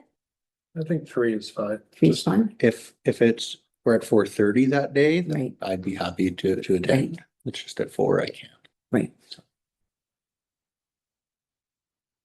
Okay, so that's 4:30. If it got moved back to 4:30, are there 3 members of the council available? Okay, so then and then I can be an alternate if let's see. So then I'll go back to the agenda. Perhaps when you read the second part of the recommendation. Yeah. just State 4:30. Okay, so the recommendation is that Councillors Brown, Lang, and Leithwood be appointed to the 2026 parcel tax roll review panel with, we'll say Councillor Leithwood because she is acting mayor for this quarter. I think her term still Okay. is still at that time. Does that sound? I thought it was June. I thought it was June, July, August. I think you're, or is it Councillor Bird? Oh, okay, but then they'd have, it's still, if you're not available, Right. then there has to be someone else. Do you have the acting mayor schedule? Maybe I am. I thought I was February, March, April. So there's somebody who's November, December, January, and then February, March, April. I think it was Counselor Bird because she was gonna do the one council meeting for me. Yeah. But, so then that still leaves us that Right. the acting mayor is not available, so, I guess they can decide amongst themselves that day if it goes forward. And further that the panel meet at 4:30 PM on Tuesday, April 26th at City Hall to consider written complaints. Move. Okay, moved by Counselor Leithwood, second by Counselor Brown. Any discussion? All those in favor? Motion is carried. All right, council remuneration and expenses. So this is for adoption, so if there are any questions that you want to ask CEO Baker before I read the recommendation, now is the time, and if anyone wants to make changes, it means rescinding third reading. And just to be, but if you have questions for clarification, prior to the adoption, Counselor Brown. It says, where a counselor has been appointed as acting mayor, the counselor is entitled to additional remuneration set out in the council remuneration and expense policy. And then it says to receive that additional remuneration, the council member must submit a claim using the village's approved form. We don't even actually know who the person is right at the moment. But Into effect anyway. But I guess what I'm wondering is that for the 3 months that they're acting mayor, only if they are chairing a meeting or something in that nature? Yes, just when you're called to act in the mayor's stead. Okay. But whenever the acting mayor has to do, because the intent is that you're doing the work, Mhm. right? That you're meeting with CAO to go over agenda and you're chairing the meeting and, so that's why you're getting additional workload. You're not just showing up to the meeting the same as you would any other day, as a council member. So you're getting additional workload, I think it's recognizing Mhm. and that's always been in place. That's supplemental. Chair, I guess I was just wondering, then if that were to occur, if council could be given that form, just so that we're aware that this is how it would go and you fill this out and get that remuneration. I can just see that being kind of somewhat missed in taking that on, that sometimes those mechanisms might kind of go unnoticed when it's a trigger where council actually has to submit to get that approved. So if it could be streamlined, just so that it would be like, okay, you'll be the acting mayor for this, here's a form, so that you could, just to ensure that it kind of is smooth and that whoever is in that position understands that they could have this opportunity to fill that out. Right. Well, I think that, the mayor of the day everybody would know that the mayor was going to be absent. Mhm. So, that would perhaps, because staff would know, council would know that the mayor was going to be absent. So, there's got to be some onus to, like when we do expense claims for any of our travel, we have to ask for it.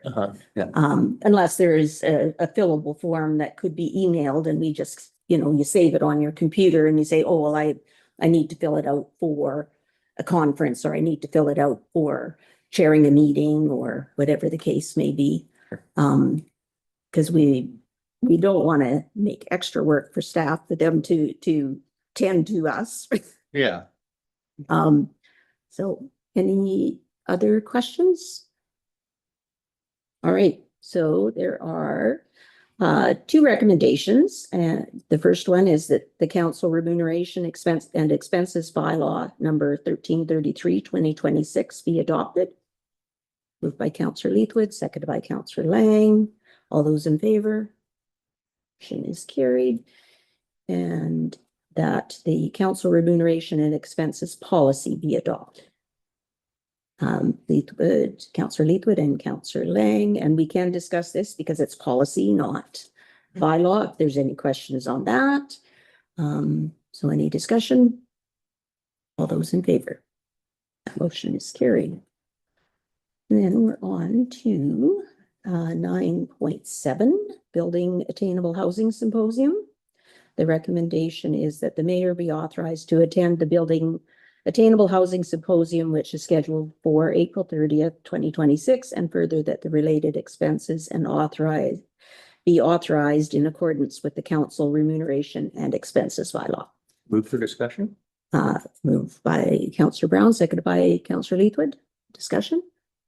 Through the chair. I believe that this is the same symposium that Councillor Bird had previously reported that she would be attending. So I guess I'm wondering if Councillor Bird were to be not attending at the behest of the Kaslo Housing Society, if perhaps it would be appropriate for her expenses to also be covered for her to attend that. So I believe you've not sought an approval from council prior to your registration. I was under the impression that that was yourself as a member of the Housing Society. Nope. I just thought, through the chair, this was something that would be very interested to attending. Just got like, I don't know, 15 years of history looking at housing in this town. So whether I'm a member of the board of the Kaslo Housing Society or I'm a counselor, this person wanted to go to that conference. And as soon as I saw it, I did receive the information through my counselor email. I registered right away in case it got full really fast and before I decided to find some excuse not to go. So I feel that I'm probably the most well situated in this community to attend on behalf of Kaslo, just because of all the experience that I've gained in researching housing and stuff, and also because I'm a counselor. So I do feel that if the mayor is going to go and get all expenses covered, I don't see why that wouldn't also apply to me. Although I'd be quite happy if neither of us got compensated, because I was gonna go anyway. I just, whatever's fair. Councillor Lang, Through the chair, where does this, Nelson. it's in Nelson. Yeah. So there's really no expense hardly at all. $85 admission, that's it. Registration and mileage. To get council cover both expenses and. Well, I think We're happy. Yeah, I don't know what Councillor Brown's intention was, whether it was to just fund Councillor Bird instead of myself. No, or- it was in addition to. Okay. Yeah. Oh. So did we have that seconded then, or there was no motion made? Okay. It was moved for discussion, so I wasn't sure. Oh, okay. So Okay. somebody must have Yeah, moved it. Okay, it was moved and Yeah. seconded for discussion. All right. So then you want an amendment to it? Yeah. To add Councillor Brown, or Councillor Bird, sorry. Now, are both mover and seconder fine with that? Just adding, okay? Who is the second? All right, so then it would be that that Mayor Hewitt and Councillor Bird be authorized. Okay, so that was moved and seconded, and it was a friendly amendment. Okay, any discussion? All those in favor? Motion is carried. And then we'll move into other business, correspondence for action. The Kootenai Lake Forest Landscape Plan. Councillor Bird. So I'm sure everybody's read my memo about that. And So I'm just to reiterate, I did speak to Jeff Braden, who is the manager of Community Forest. I mentioned all of this to Matt as he is our representative on that board. And because I do believe that given the opportunity for council to make comments on a long-term forest landscape plan, that we should not, let that opportunity go. I do recognize that we don't have the staff capacity. I don't want any of our staff doing a whole bunch of research. But I would like to be included in whatever advisory group ends up being formed. Probably with my assumption is that the community forest would spearhead this, and that if there's an opportunity for us to contribute, I'd be more than happy to take time to do that. And I'm sure there are others at the table who would also take time to contribute to an advisory panel on the future of forestry in our area. Um, so there is a motion that the village indicate to the forest landscape planning team that we wish to have an ongoing involvement in the forest landscape plan as an advisory group. I guess, so that was moved by Councillor Bird as it was her motion, and seconded by Councillor Brown. Discussion. Councillor Leithwood. To the chair. So just to clarify, that is that saying that the village is going to be an advisory group or form an advisory group? I mean, I think as council members, we should be part of one, but not necessarily formed by the village. I agree. Could we change that a little bit?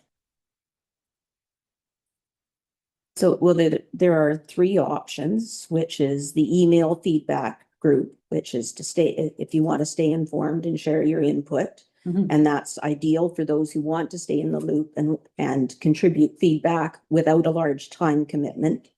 Engagement in a box, which encourages inclusive community-led discussions in informal settings and adaptable to different formats such as small group meetings, self-guided, and enables feedback. And then the advisory group, which is to participate in regular meetings to review materials and provide advice at key stages, share your knowledge, experience, and values, and help ensure the process reflects a range of perspectives and community interests.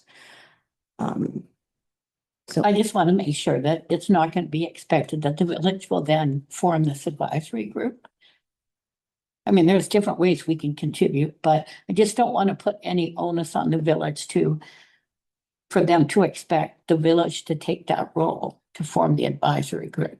I mean, someone else who's ever managing the plan and getting the input, that would be their job to call for an advisory group, not us. So, any other comments, discussion? Councillor Brown? Through the chair, I think that there's a lot of value in us communicating to them that our, our area would like to be, consulted with in an advisory manner. I think that could very well be the lead being the community forest and not the village. Yeah. And that we would liaise with the community forest and any counselors or community members that be interested in participating in that could be welcome. Okay, any other discussion? Okay, so my concern is it will ultimately come back to staff, because this is to be a village perspective, not our personal perspectives.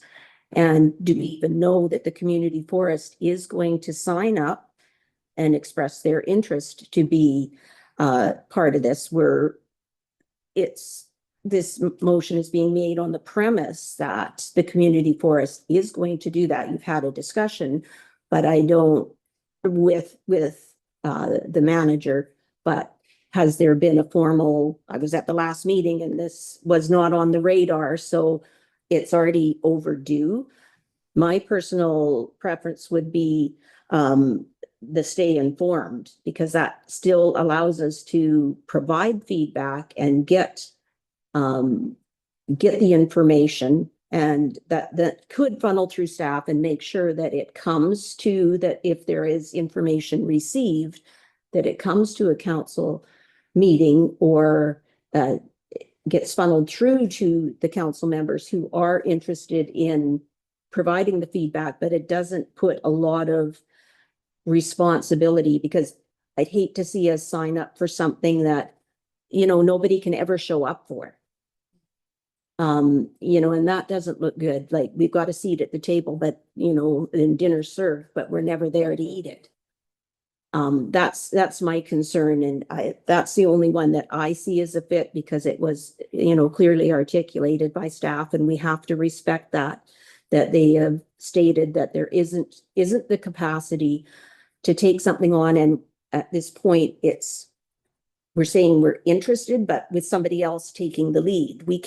I don't personally think that we can say it's contingent on someone else taking the lead when they haven't indicated their interest in taking the lead. It's fine for anybody to join in, because I think this opportunity is open to others. We got it as a village because we're one of the 3 established communities on Kootenay Lake. So that's my 2 cents for consideration when you're voting on the resolution that's before us. Councillor Bird. Through the chair, I do agree with everything you said, actually. When I got an email saying, which one is it? Which one of these 3 things should I, this is from CO Baker, should I put as a resolution?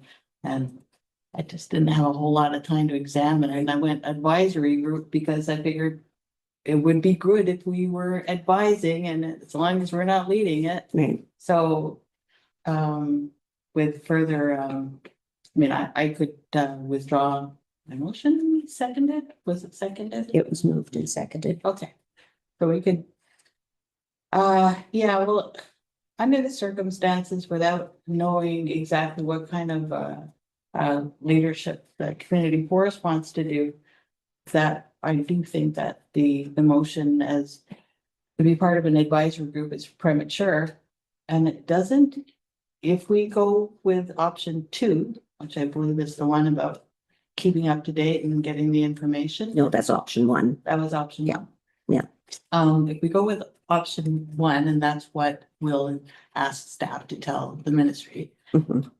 that does not preclude us from joining into an advisory group in the area should one come together. So I would think so, yeah. I would ask us all to defeat that particular motion, and then if you would like to introduce the motion substituting option 1, then I would be in favor of that. Great. So on the motion before us, then call the question. All those in favor? Anyone opposed? Motion is defeated.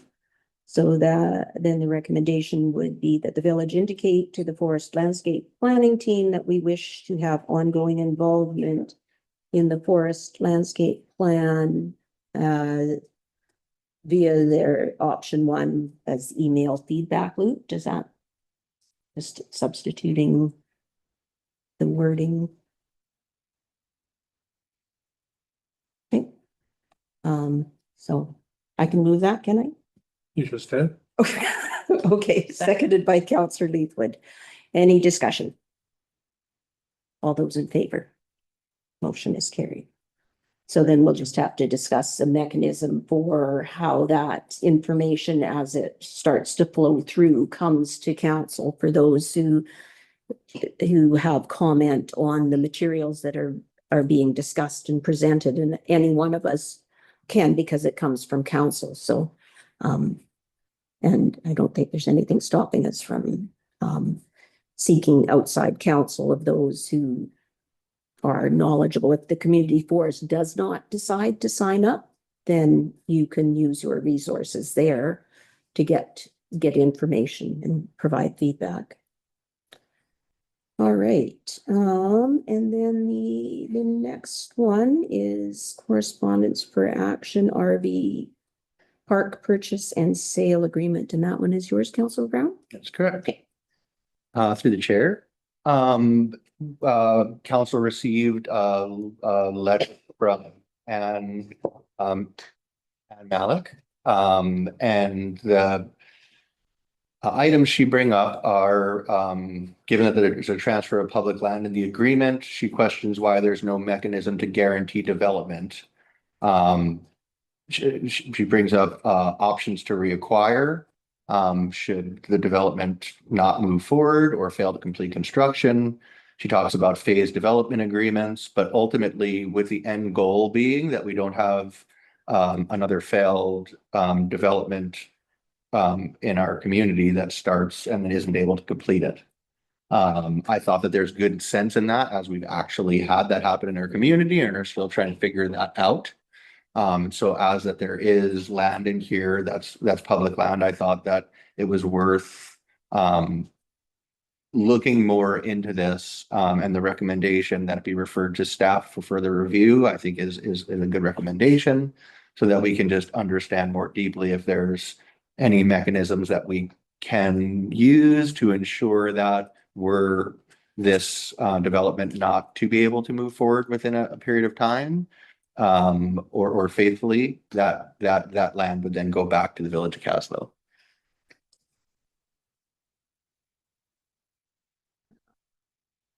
Councillor Leithwood, are you, so you're making that That's right. The recommendation exactly is to, the recommendation is that sorry.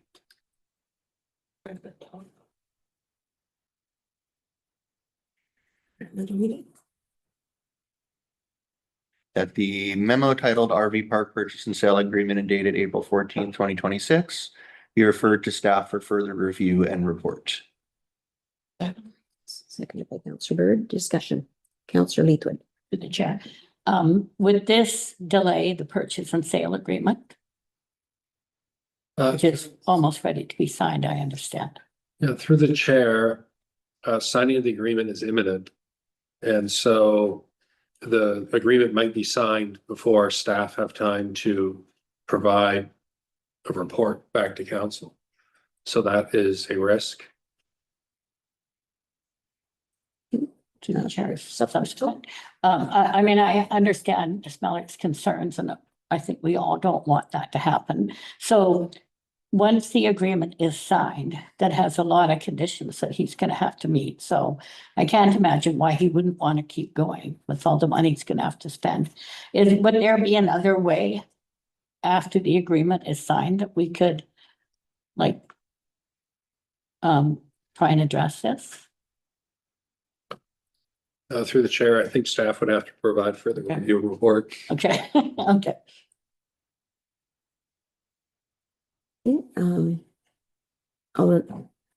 Did you have any comments, questions? Yeah, here's a chair, knowing the proponents quite well, I think this is somewhat redundant. I just don't see the necessity for a buyback arrangement. So I would not favor further review if it's gonna delay things. Councillor Aaron, you have something else? I suppose, through the chair, I guess I would question the point in having this reviewed if this would then be signed and anything we found out would be no longer germane. So I didn't quite realize that signing was imminent.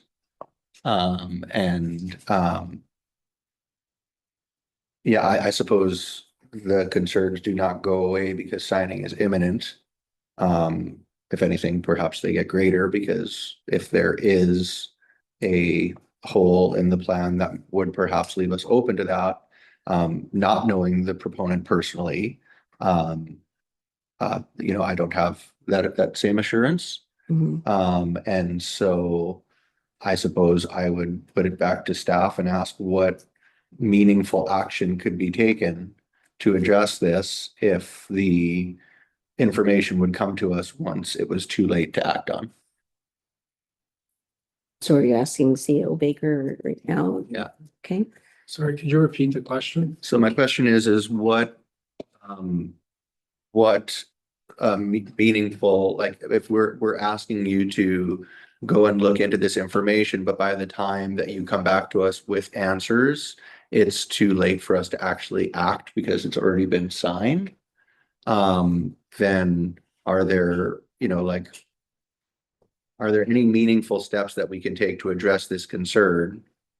Because if we sign this before you do any research that you're doing, it's basically just a waste of your time because anything you bring back to us, if we find a legitimate concern, we're actually past the point where we can address that. So is there any practicable way to actually address this is what I'm wondering. Through the chair, so maybe we can just talk about, a failed project. So in other instances, a failed project has been very visible where there's derelict buildings that you're looking at.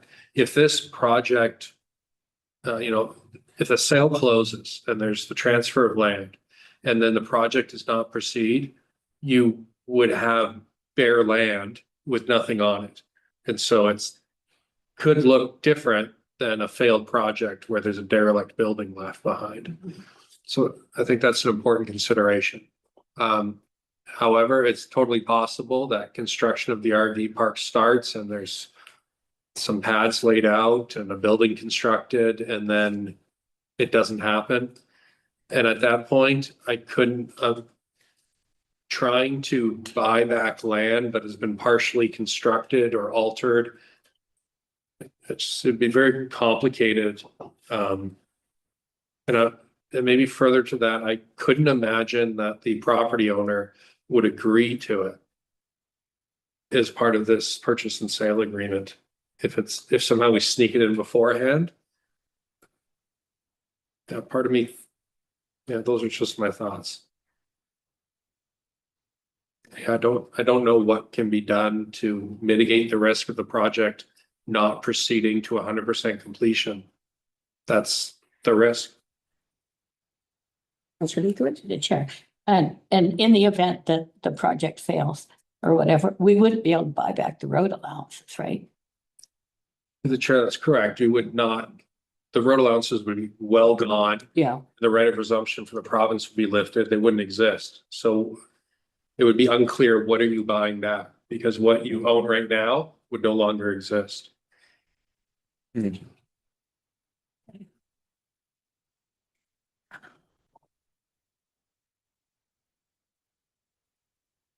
Councillor Bird? Through the chair, I think all of this particular thing would by and large be moot if we had not agreed to sell land, if we had just agreed to keep the same amount of land that each of us had beforehand, but just configure it so that it made more sense for both of us. So Steve Roberts, CAO Baker's got a point on how bad could default look. Because it's not like condos in the bay.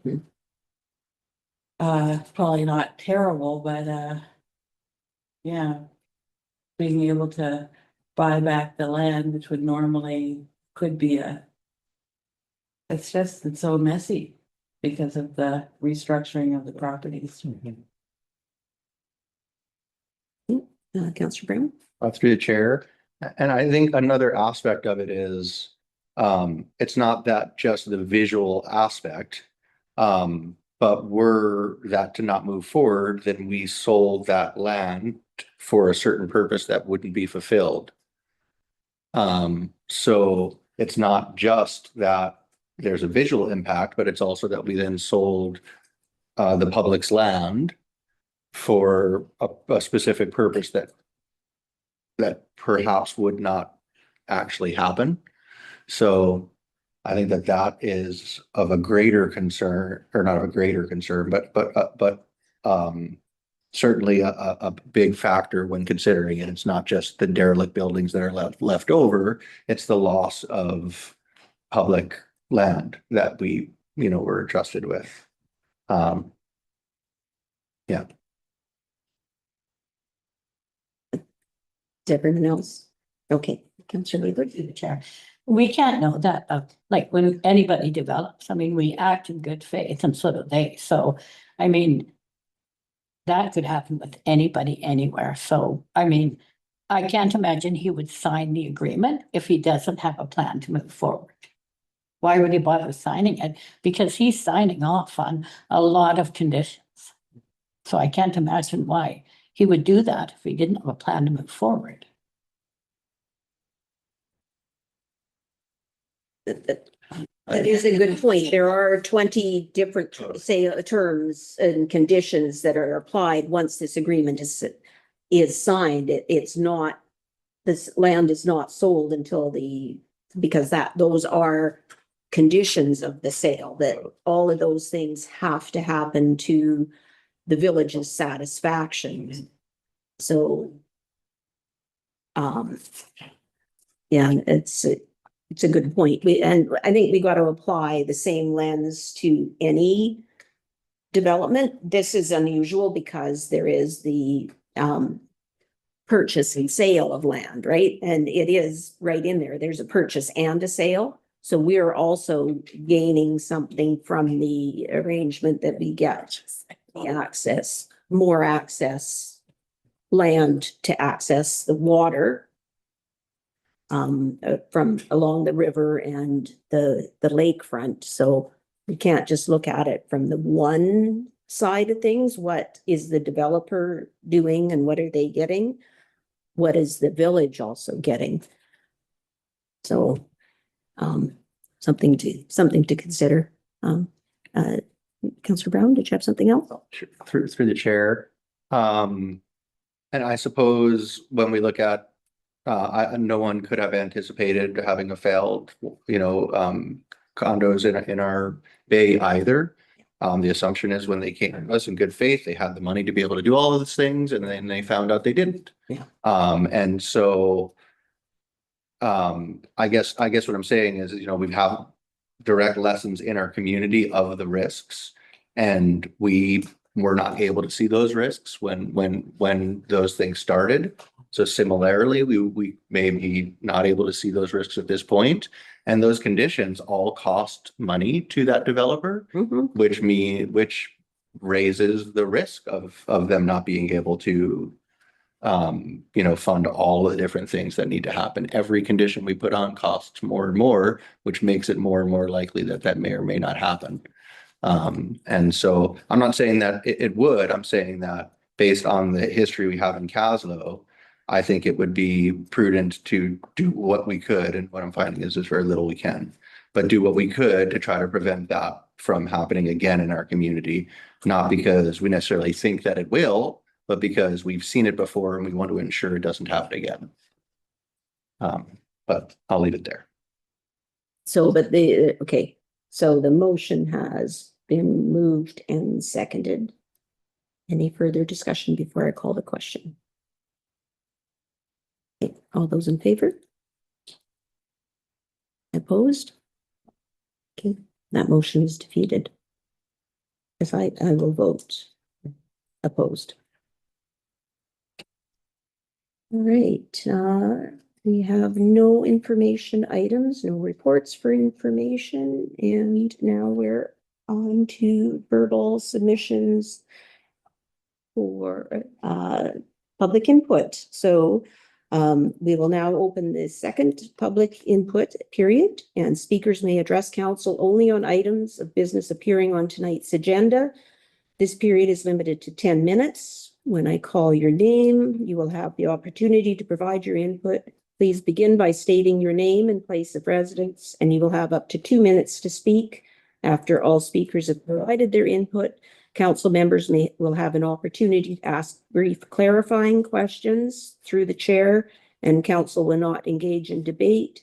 And if a speaker's input relates to operational issues, staff will be happy to assist them during regular business hours. Any public input regarding agenda items? You can use the raise hand function on the screen, and which will allow staff to know whether to unmute you or invite you to unmute. Great, I'm seeing none online. Steve, did you have any questions in the room?